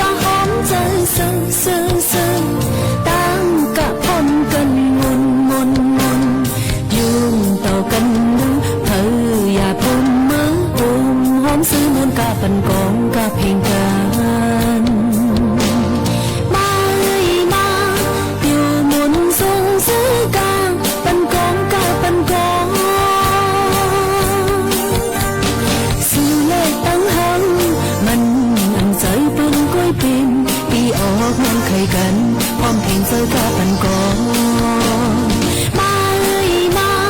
อยู่มนทรงซื้อกะปันกองกะเพลงกันซื้อเลขตั้งหังมันนำใจเป็นก้อยเป็นปีออกมันเคยกันพร้อมเพลงเจอกะปันกอง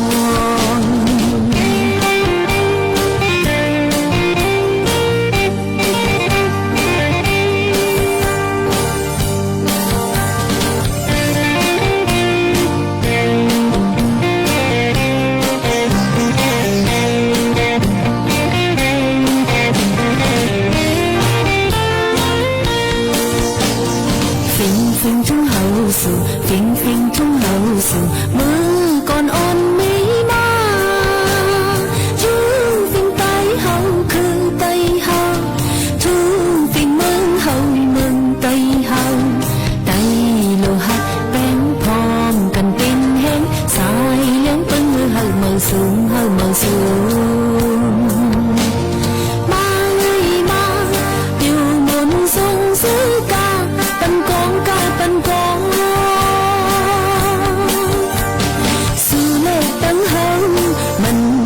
ใจเป็นกล้วยเป็นปีออกน้องไข่กันพร้อมเพลงเจ้ากาปันกองมาอยู่มนทรงซื้อกาปันกองกาเพลงกันซื้อเลขตั้งหังมันนำใจเป็นกล้วยเป็นปีออกน้องไข่กันพร้อมเพลงเจ้ากาปันกอง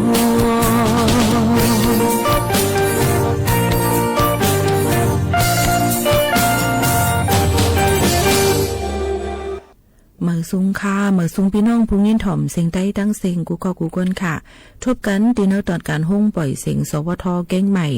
AM 147 กิโลเฮิรตซ์ค่ะพบทบจำกันในวันเมื่อในถึงมาในวันจันทร์ที่16 เดือนธันวาคม2 เฮงปลาย25เป็นเดือน7รอง6ขับ ปีใต้201ปากปลาย19ปีก็จ่า1แห่ง3ปากปลาย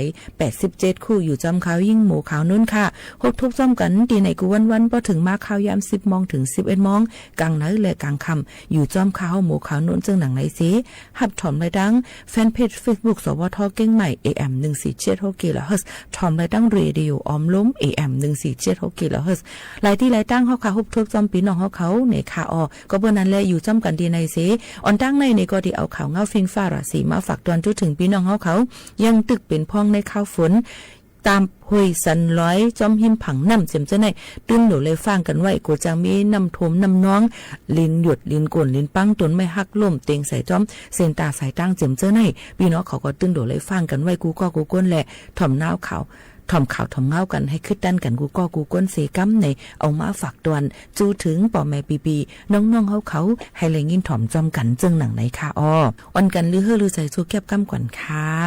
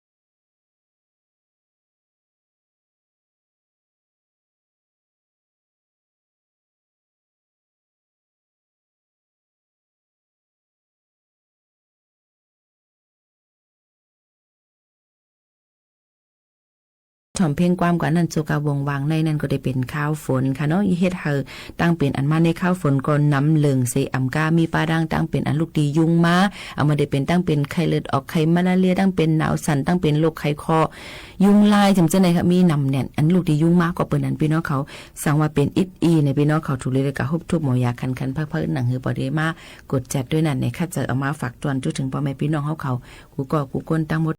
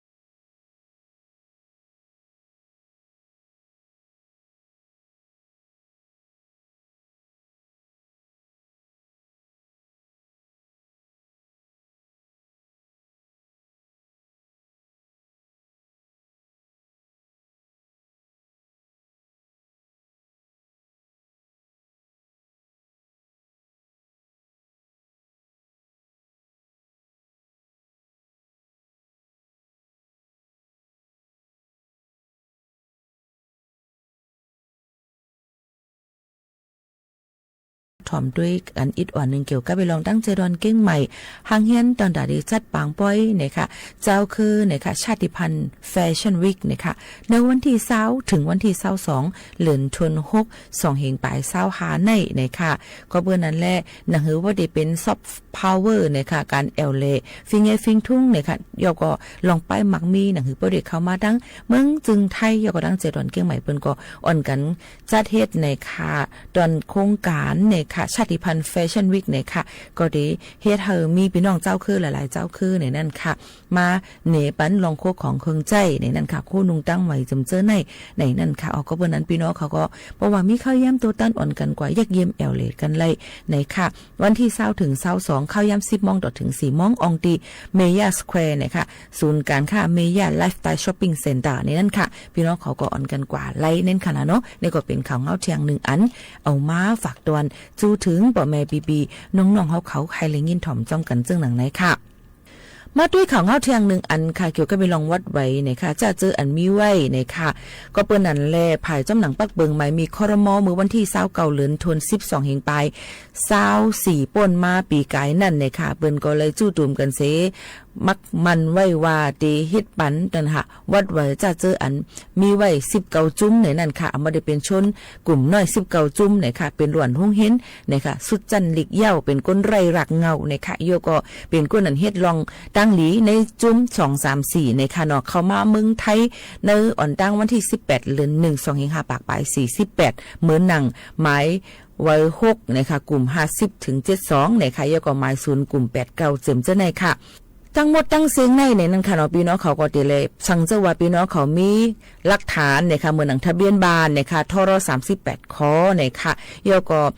แบบ89ในค่ะเนาะพี่น้องเขาเจิมเจ้าในไว้กับตัวเจิมเจ้าในค่ะนะก็เปิ้นนั้นเดเลยกว่ายืนย้อนเฮ็ดไว้นั่นค่ะนะเนาะตอนตาเด็กก็ย้อนในข่าวไว้สถานะคนต่างด้าวเข้าเมืองนี่นั่นค่ะพี่น้องเขาต่างดาวถาวรจังหนังไหนค่ะพี่น้องเขาก็เปิ้นนั่นแหละในวันที่18เดือนธันวาคม2เฮงปลาย25ข้าวย่ำกองมองถึง4 โมงครึ่งนั่นเปิ้นก็ให้ก้นจะเจออันอยู่ในอำเภอเมืองเกียงใหม่ในก่อนค่ะนะกว่าเอาหลักฐานเงาหักศักดิ์ศรีเทกว่าที่ห้องประชุมนะคะห้องการแขวงนครพิงค์อันเก่าตั้งเจดอนเก้งใหม่นะคะอันนี้ก็เอามาฝากปันพี่น้องเขาให้ลิงยินถ่อมจอมกันแทงอันนึงก็กะต่างเจเว้งต่างตีต่างตั้งได้ก็ย่ำไปมีจึงหือมาบ่มีแต่มาปืนเผาปันอันในปืนกดแจดกดทัดด้วยก้นจะเจออันอยู่ในอำเภอเมืองเก้งใหม่ในกวนจึงหนังในค่ะพี่น้องเขาน้องตั้งเจอในก็เป็นแทงรองวัดไว้เอามาฝากเตือนถึงพี่น้องเขาค่ะ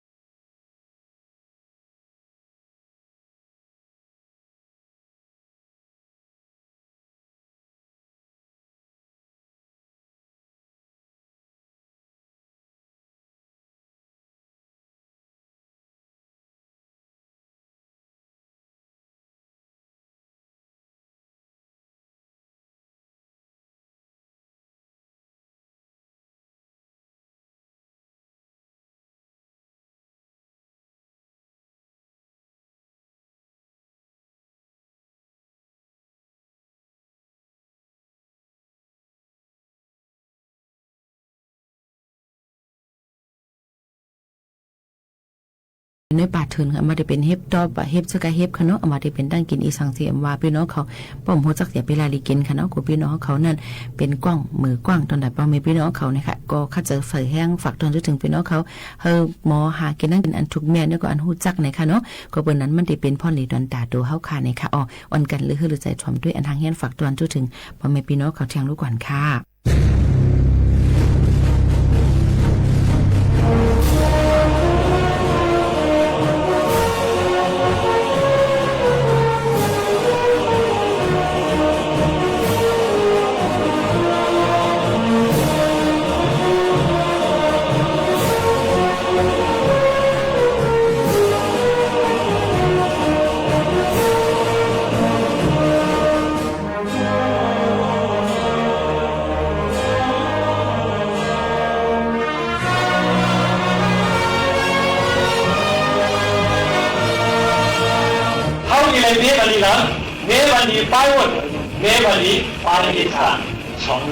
ก็น่ะป้ายวันไปค่ะในสักนี้ข้างมันน่ะดีกว่าเมียป้ายวันอันสูงสั้นในเว้ยดีเลยเมียถึงคือว่าลองเงาหักดีเลยมุ่นเมียถึงสั่งคิดปันดีลองเงาหักเลยว่ะอย่าดีกว่าที่อันดีไปมันเหมือนกาวเหล่าจุดขาดกาวเหล่าจังหูกาวเหล่าห้องล้างยาเนี่ยอันยิ่งกว่านั้นรู้เอาจีนั้นไม่กลุ่มนี้นั่นตาให้กาวเหล่าขึ้นอย่างมือสูงได้ไล่เอาสันก้อนทิ้งไว้เนี่ยเอาชื่อหมายอย่างกว้างทิ้งไว้มือเลยรูปเป่ามามันคัดรูปให้ต่ำขึ้นสูงกว่าเท่านั้นน่ะเราหวังได้โป้หูเติมเงินสูงดีว่าเราได้ขึ้นสูงหนาเลยอ่ำหันพ่อหลีอันกลุ่มเจี๊ยสูจืดคัดรูปปั่นมันไว้นั่นจืดจนเก่าอันเดียวได้ถึงทุกมันได้นี่แหละมันมีอยู่จ้องรู้เลยใครเพียวนี่เราเดียวดีตุ๊กดีเลยแล้วหูว่าเนี่ยตุ๊กเลยทุกคนสั้นดีกว่ายิ้มกันเลยปืนสั้นดีกว่ายิ้มยางเลยมันบอกสั้นในห้องบอกอยู่เลยเนื้อยิ้มบอกถึงไงฝาบ้านดีตัวไม่วายมาสิแค่เย้าตัวบ้านก่อนไหนอีเลยคิดอันดีมาหักให้อันนั้น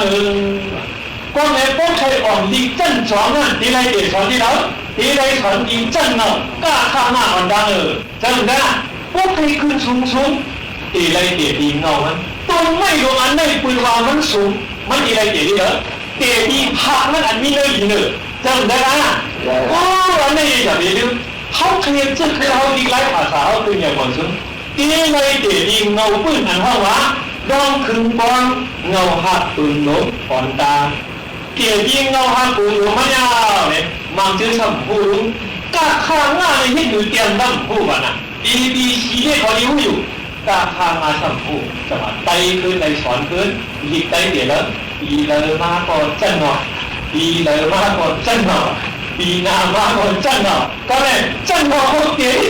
วนิดมือเลยก็ทำคืนจันสูงมากเลยในก็ส่งเรียนลงเป็นอย่างไรสูงทำดีก่อนเนี่ยตั้งเตี๋ยวเงาหาจื้อดีเลยมีบ้านเนาะดีเยอะสัตว์พวกนั้นอันนี้เจ้าเลยหมอสอนเขาก็ไม่หมอพวกนั้นแน่พวกคือหนึ่งเลยในสองมันก็พวกมุ่งมันก็เสือผามันก็ตั้งนั้นดูคัดซ้อมันเองปืนไว้เนาะอีในบ้านลองทำอย่างนี้ขึ้นอย่างลองเอง因为农业天气啊，农业环境要芒果上计划就อยู่เนี่ยอีเมืองไทยเลยเขาเรียกลงตรงทางพวกว่าทางลูกอ่อนใจนั่นหนึ่งปากเนี่ย30 ใบ5ก็เลยเขาว่าเขาขาดันว่าหรือเปล่าก็ในลงคืออย่างเมื่อสูงเนี่ยที่เขียนลงมันน่ะที่เรื่องการเขียนนะอันที่มายากเขาไม่ว่าหรือเขาขาดันนั่นสำคัญว่าเป็นที่นั่นหัวสันยิ่งหัวสันได้เนี่ยว่าในเรื่องเขาอยากเป็นบางคนต้องการเอามันการสุกนะแต่ที่การขึ้นอย่างเมื่อสุดได้มันตั้งลงว่าอันตั้งนั่นก็เป็นนะปีคิดลงกายากเราตั้งขึ้นอย่างเนาะก็ในอันว่าอันตั้งเนื้อลงมันว่ามันตั้งนั่นก็เป็นการคิดลงกายขึ้นอย่างเมื่อสุดควรเขาเนี่ยตั้งหนึ่งนั่นมาที่ว่าคืออะไรที่ว่ามันก็ว่ามันตั้งว่ะมันก็สมัครตั้งเพราะมันมีการเจอใครเป็นเยอะมาสุดที่ตาดีเลยคิดการยึดอันเรียบคิดอันเขาดีใครเป็นอย่างนั้นเอเลยมีปัญญาจังตามันเลยผมเจอ1 วันในนี้หลายชั่วโมง34 ชั่วโมง34 ชั่วโมงเนี่ยถอนแก่1 วันดัง1 คืนเนี่ยนอนอยู่ดังวัน1 คืนไหนคนเนี่ยก็ไปที่ไหน เข้ากลางคืนเปลี่ยนเข้าไปรับสินนั่นอีนอนหลายโมงไหมครับ8 โมง8 โมงเสร็จถอนเปลี่ยน8 โมงอีกขึ้นหลายโมงกันเลย16 โมง16 โมงกันเลยอันก็อยู่16 โมงเนี่ยรับสินหาเลี้ยงไหมอ่ะเลี้ยงพอดีรับสินพอดีนั่น16 โมงเนี่ยสักทีฉันเนี่ยแต่เข้ากินข้าวดีไว้หลายโมงเนี่ยสุนนะนั่งกินข้าวเลยการอันหรือเนี่ยไปเอาไป4 ชั่วโมงไหนก่อนเนี่ยขอแค่เนี่ย4 ชั่วโมงชอบกินขึ้นไหนมั้ง12 ชั่วโมง12 ชั่วโมงเขาจะมีที่สนามแต่ที่การเลี่ยงต้องป่าให้ก่อนนะสันค่าเขาว่าอยู่ไว้พระอยู่ไว้ทั้งวันเนี่ยสุภาพที่ใครเอาการเงินตัวการทำที่ตั้งวันก็มวยว่างพูดเรื่องนั้นเนี่ยใช่ครับข้าวยำชา4 ชั่วโมงเนี่ยรับสิ่งที่ไหลวะ12 ชั่วโมงนะก็ขิงกันสั่นสู่คืนสัญญาสู่วันสัมปะก็ขิงไม่กันสู่วันสัญญาสู่คืนสัมปะเจ้าหน้าก็แล้วเขาจะจริงๆมันรับสิ่งในนี้12 โมงโลบะอันเลี้ยงสังนี้12 โมงอันในว่างว่าต่างวันอันในทั้งว่างว่าต่างคืนเจ้าหน้าก็ไหนคิดการปฏิเหตุชา4 ชั่วโมงเถอะนอนอยู่วันนี้นอน12 ชั่วโมงเถอะจะผ่านตรงนี้เผาเจอใจสุภาพพวกใครปีนก้นเคยอย่ามาสูงไหนว่าข้าวนอนข้าวกินข้าวกว่าข้าวไปข้าวลุกคิดการสิข้าวดินฝันเอากินไว้ไปเลยเท่าก็เย่าหนุ่มก็เย่านะปีนสังฆาก็เย่าปีนกุ้นยิ่งก็เย่าอยู่วันมันก็อยู่ปีนี้อ่ะปีเลยไว้วันสังก็ไม่เคยอย่ามาสูงแน่ข้าวยำดิบเย็นอันนี้อย่างนะข้าวยำดิบเย็นเนี่ยปีเลยไว้นั่งรอบยำไปเลยว่ะป้อมตั้งการเลยดิบเย็นข้าวเหรอการวันเนี่ยการวันตั้งดิบเย็นครูคำเนี่ยครูคำตั้งดิบเย็นการคำเนี่ยการคำตั้งเนี่ยดิบเย็นการเลยตั้งเจ้านามึงไปเลี้ยงเนี่ยเป็นไงอ่ะอยู่เขาไว้บริษัทข้าวยำตาดิบเย็นอะไรต้องไว้เนี่ยข้าวยำตาดิบเย็นไอ้ปีนปืนรู้มั้ยน่ะพวกเขามีข้าวยำเปียกๆเนียนนี่คิดตรงข้าวยำเจ้าคือข้าวยำเขาปีนความดีถึงขึ้นเดียวหมดสูงนี่ตีไปเอาได้ตีมาสุมาเอาพวกมีข้าวยำตาดิบเย็นจมลงยำ1 วันนี่เยอะกว่า1 วันนี่เนี่ยการสอนปีงานไหนว่าเหมือนกิ๊บมัดเสริมบวกมัดต่อพวกตัวเล็กๆอันนั้นนะมัดเขามิ้นเขาให้เขานั่นด้วยคิดมาดีเสริมบวกจิ้วเตียงเนี่ยนั่งเตียง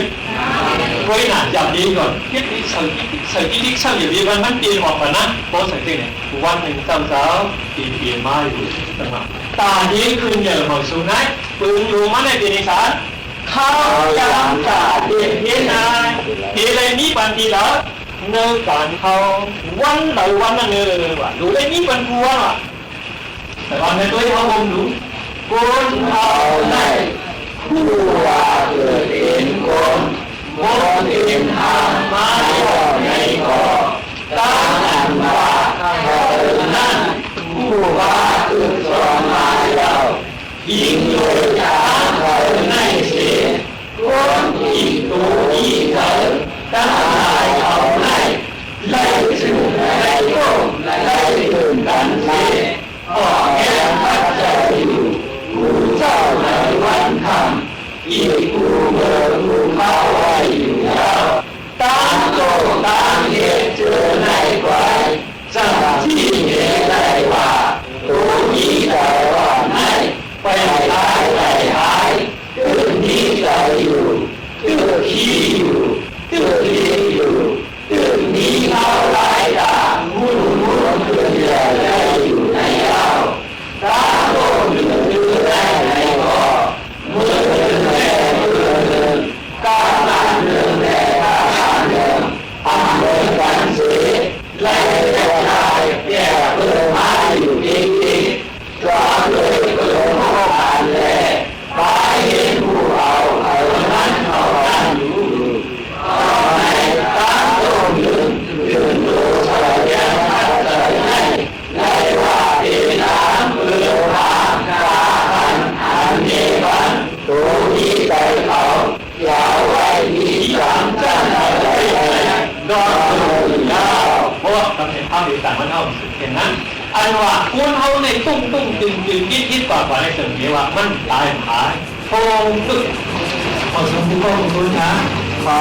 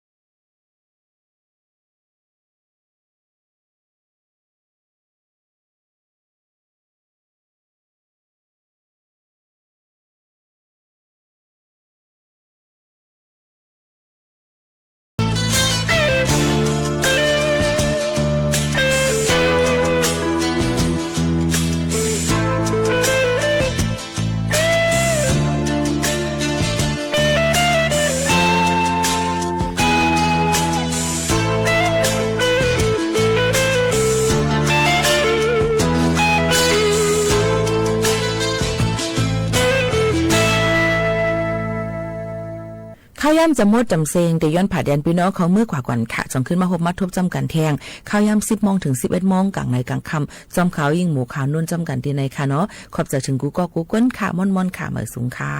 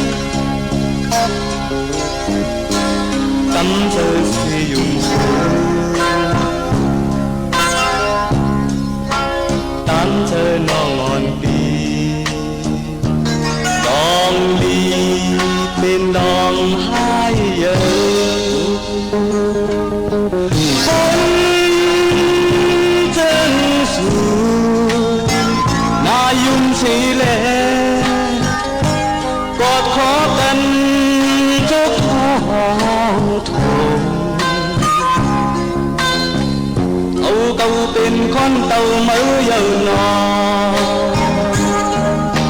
sư cao ẩm té bút mà có mà dắt lại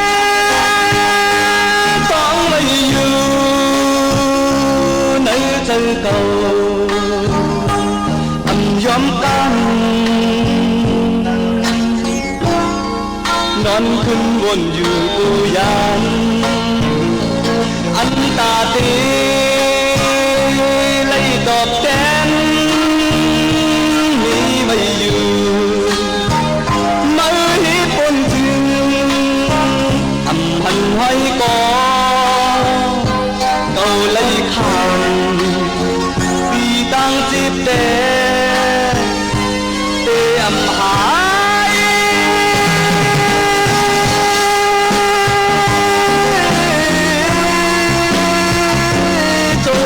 tại mới phấn năm dương ẩm hành nói có ngu chắc ăn từng nơi quân tế để ẩm hái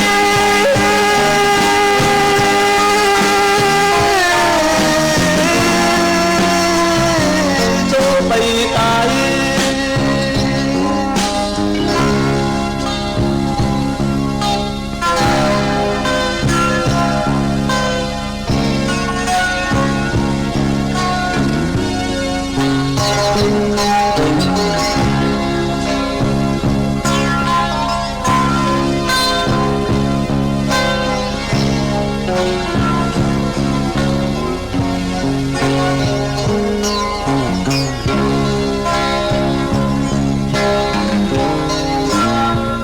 thơ si dùng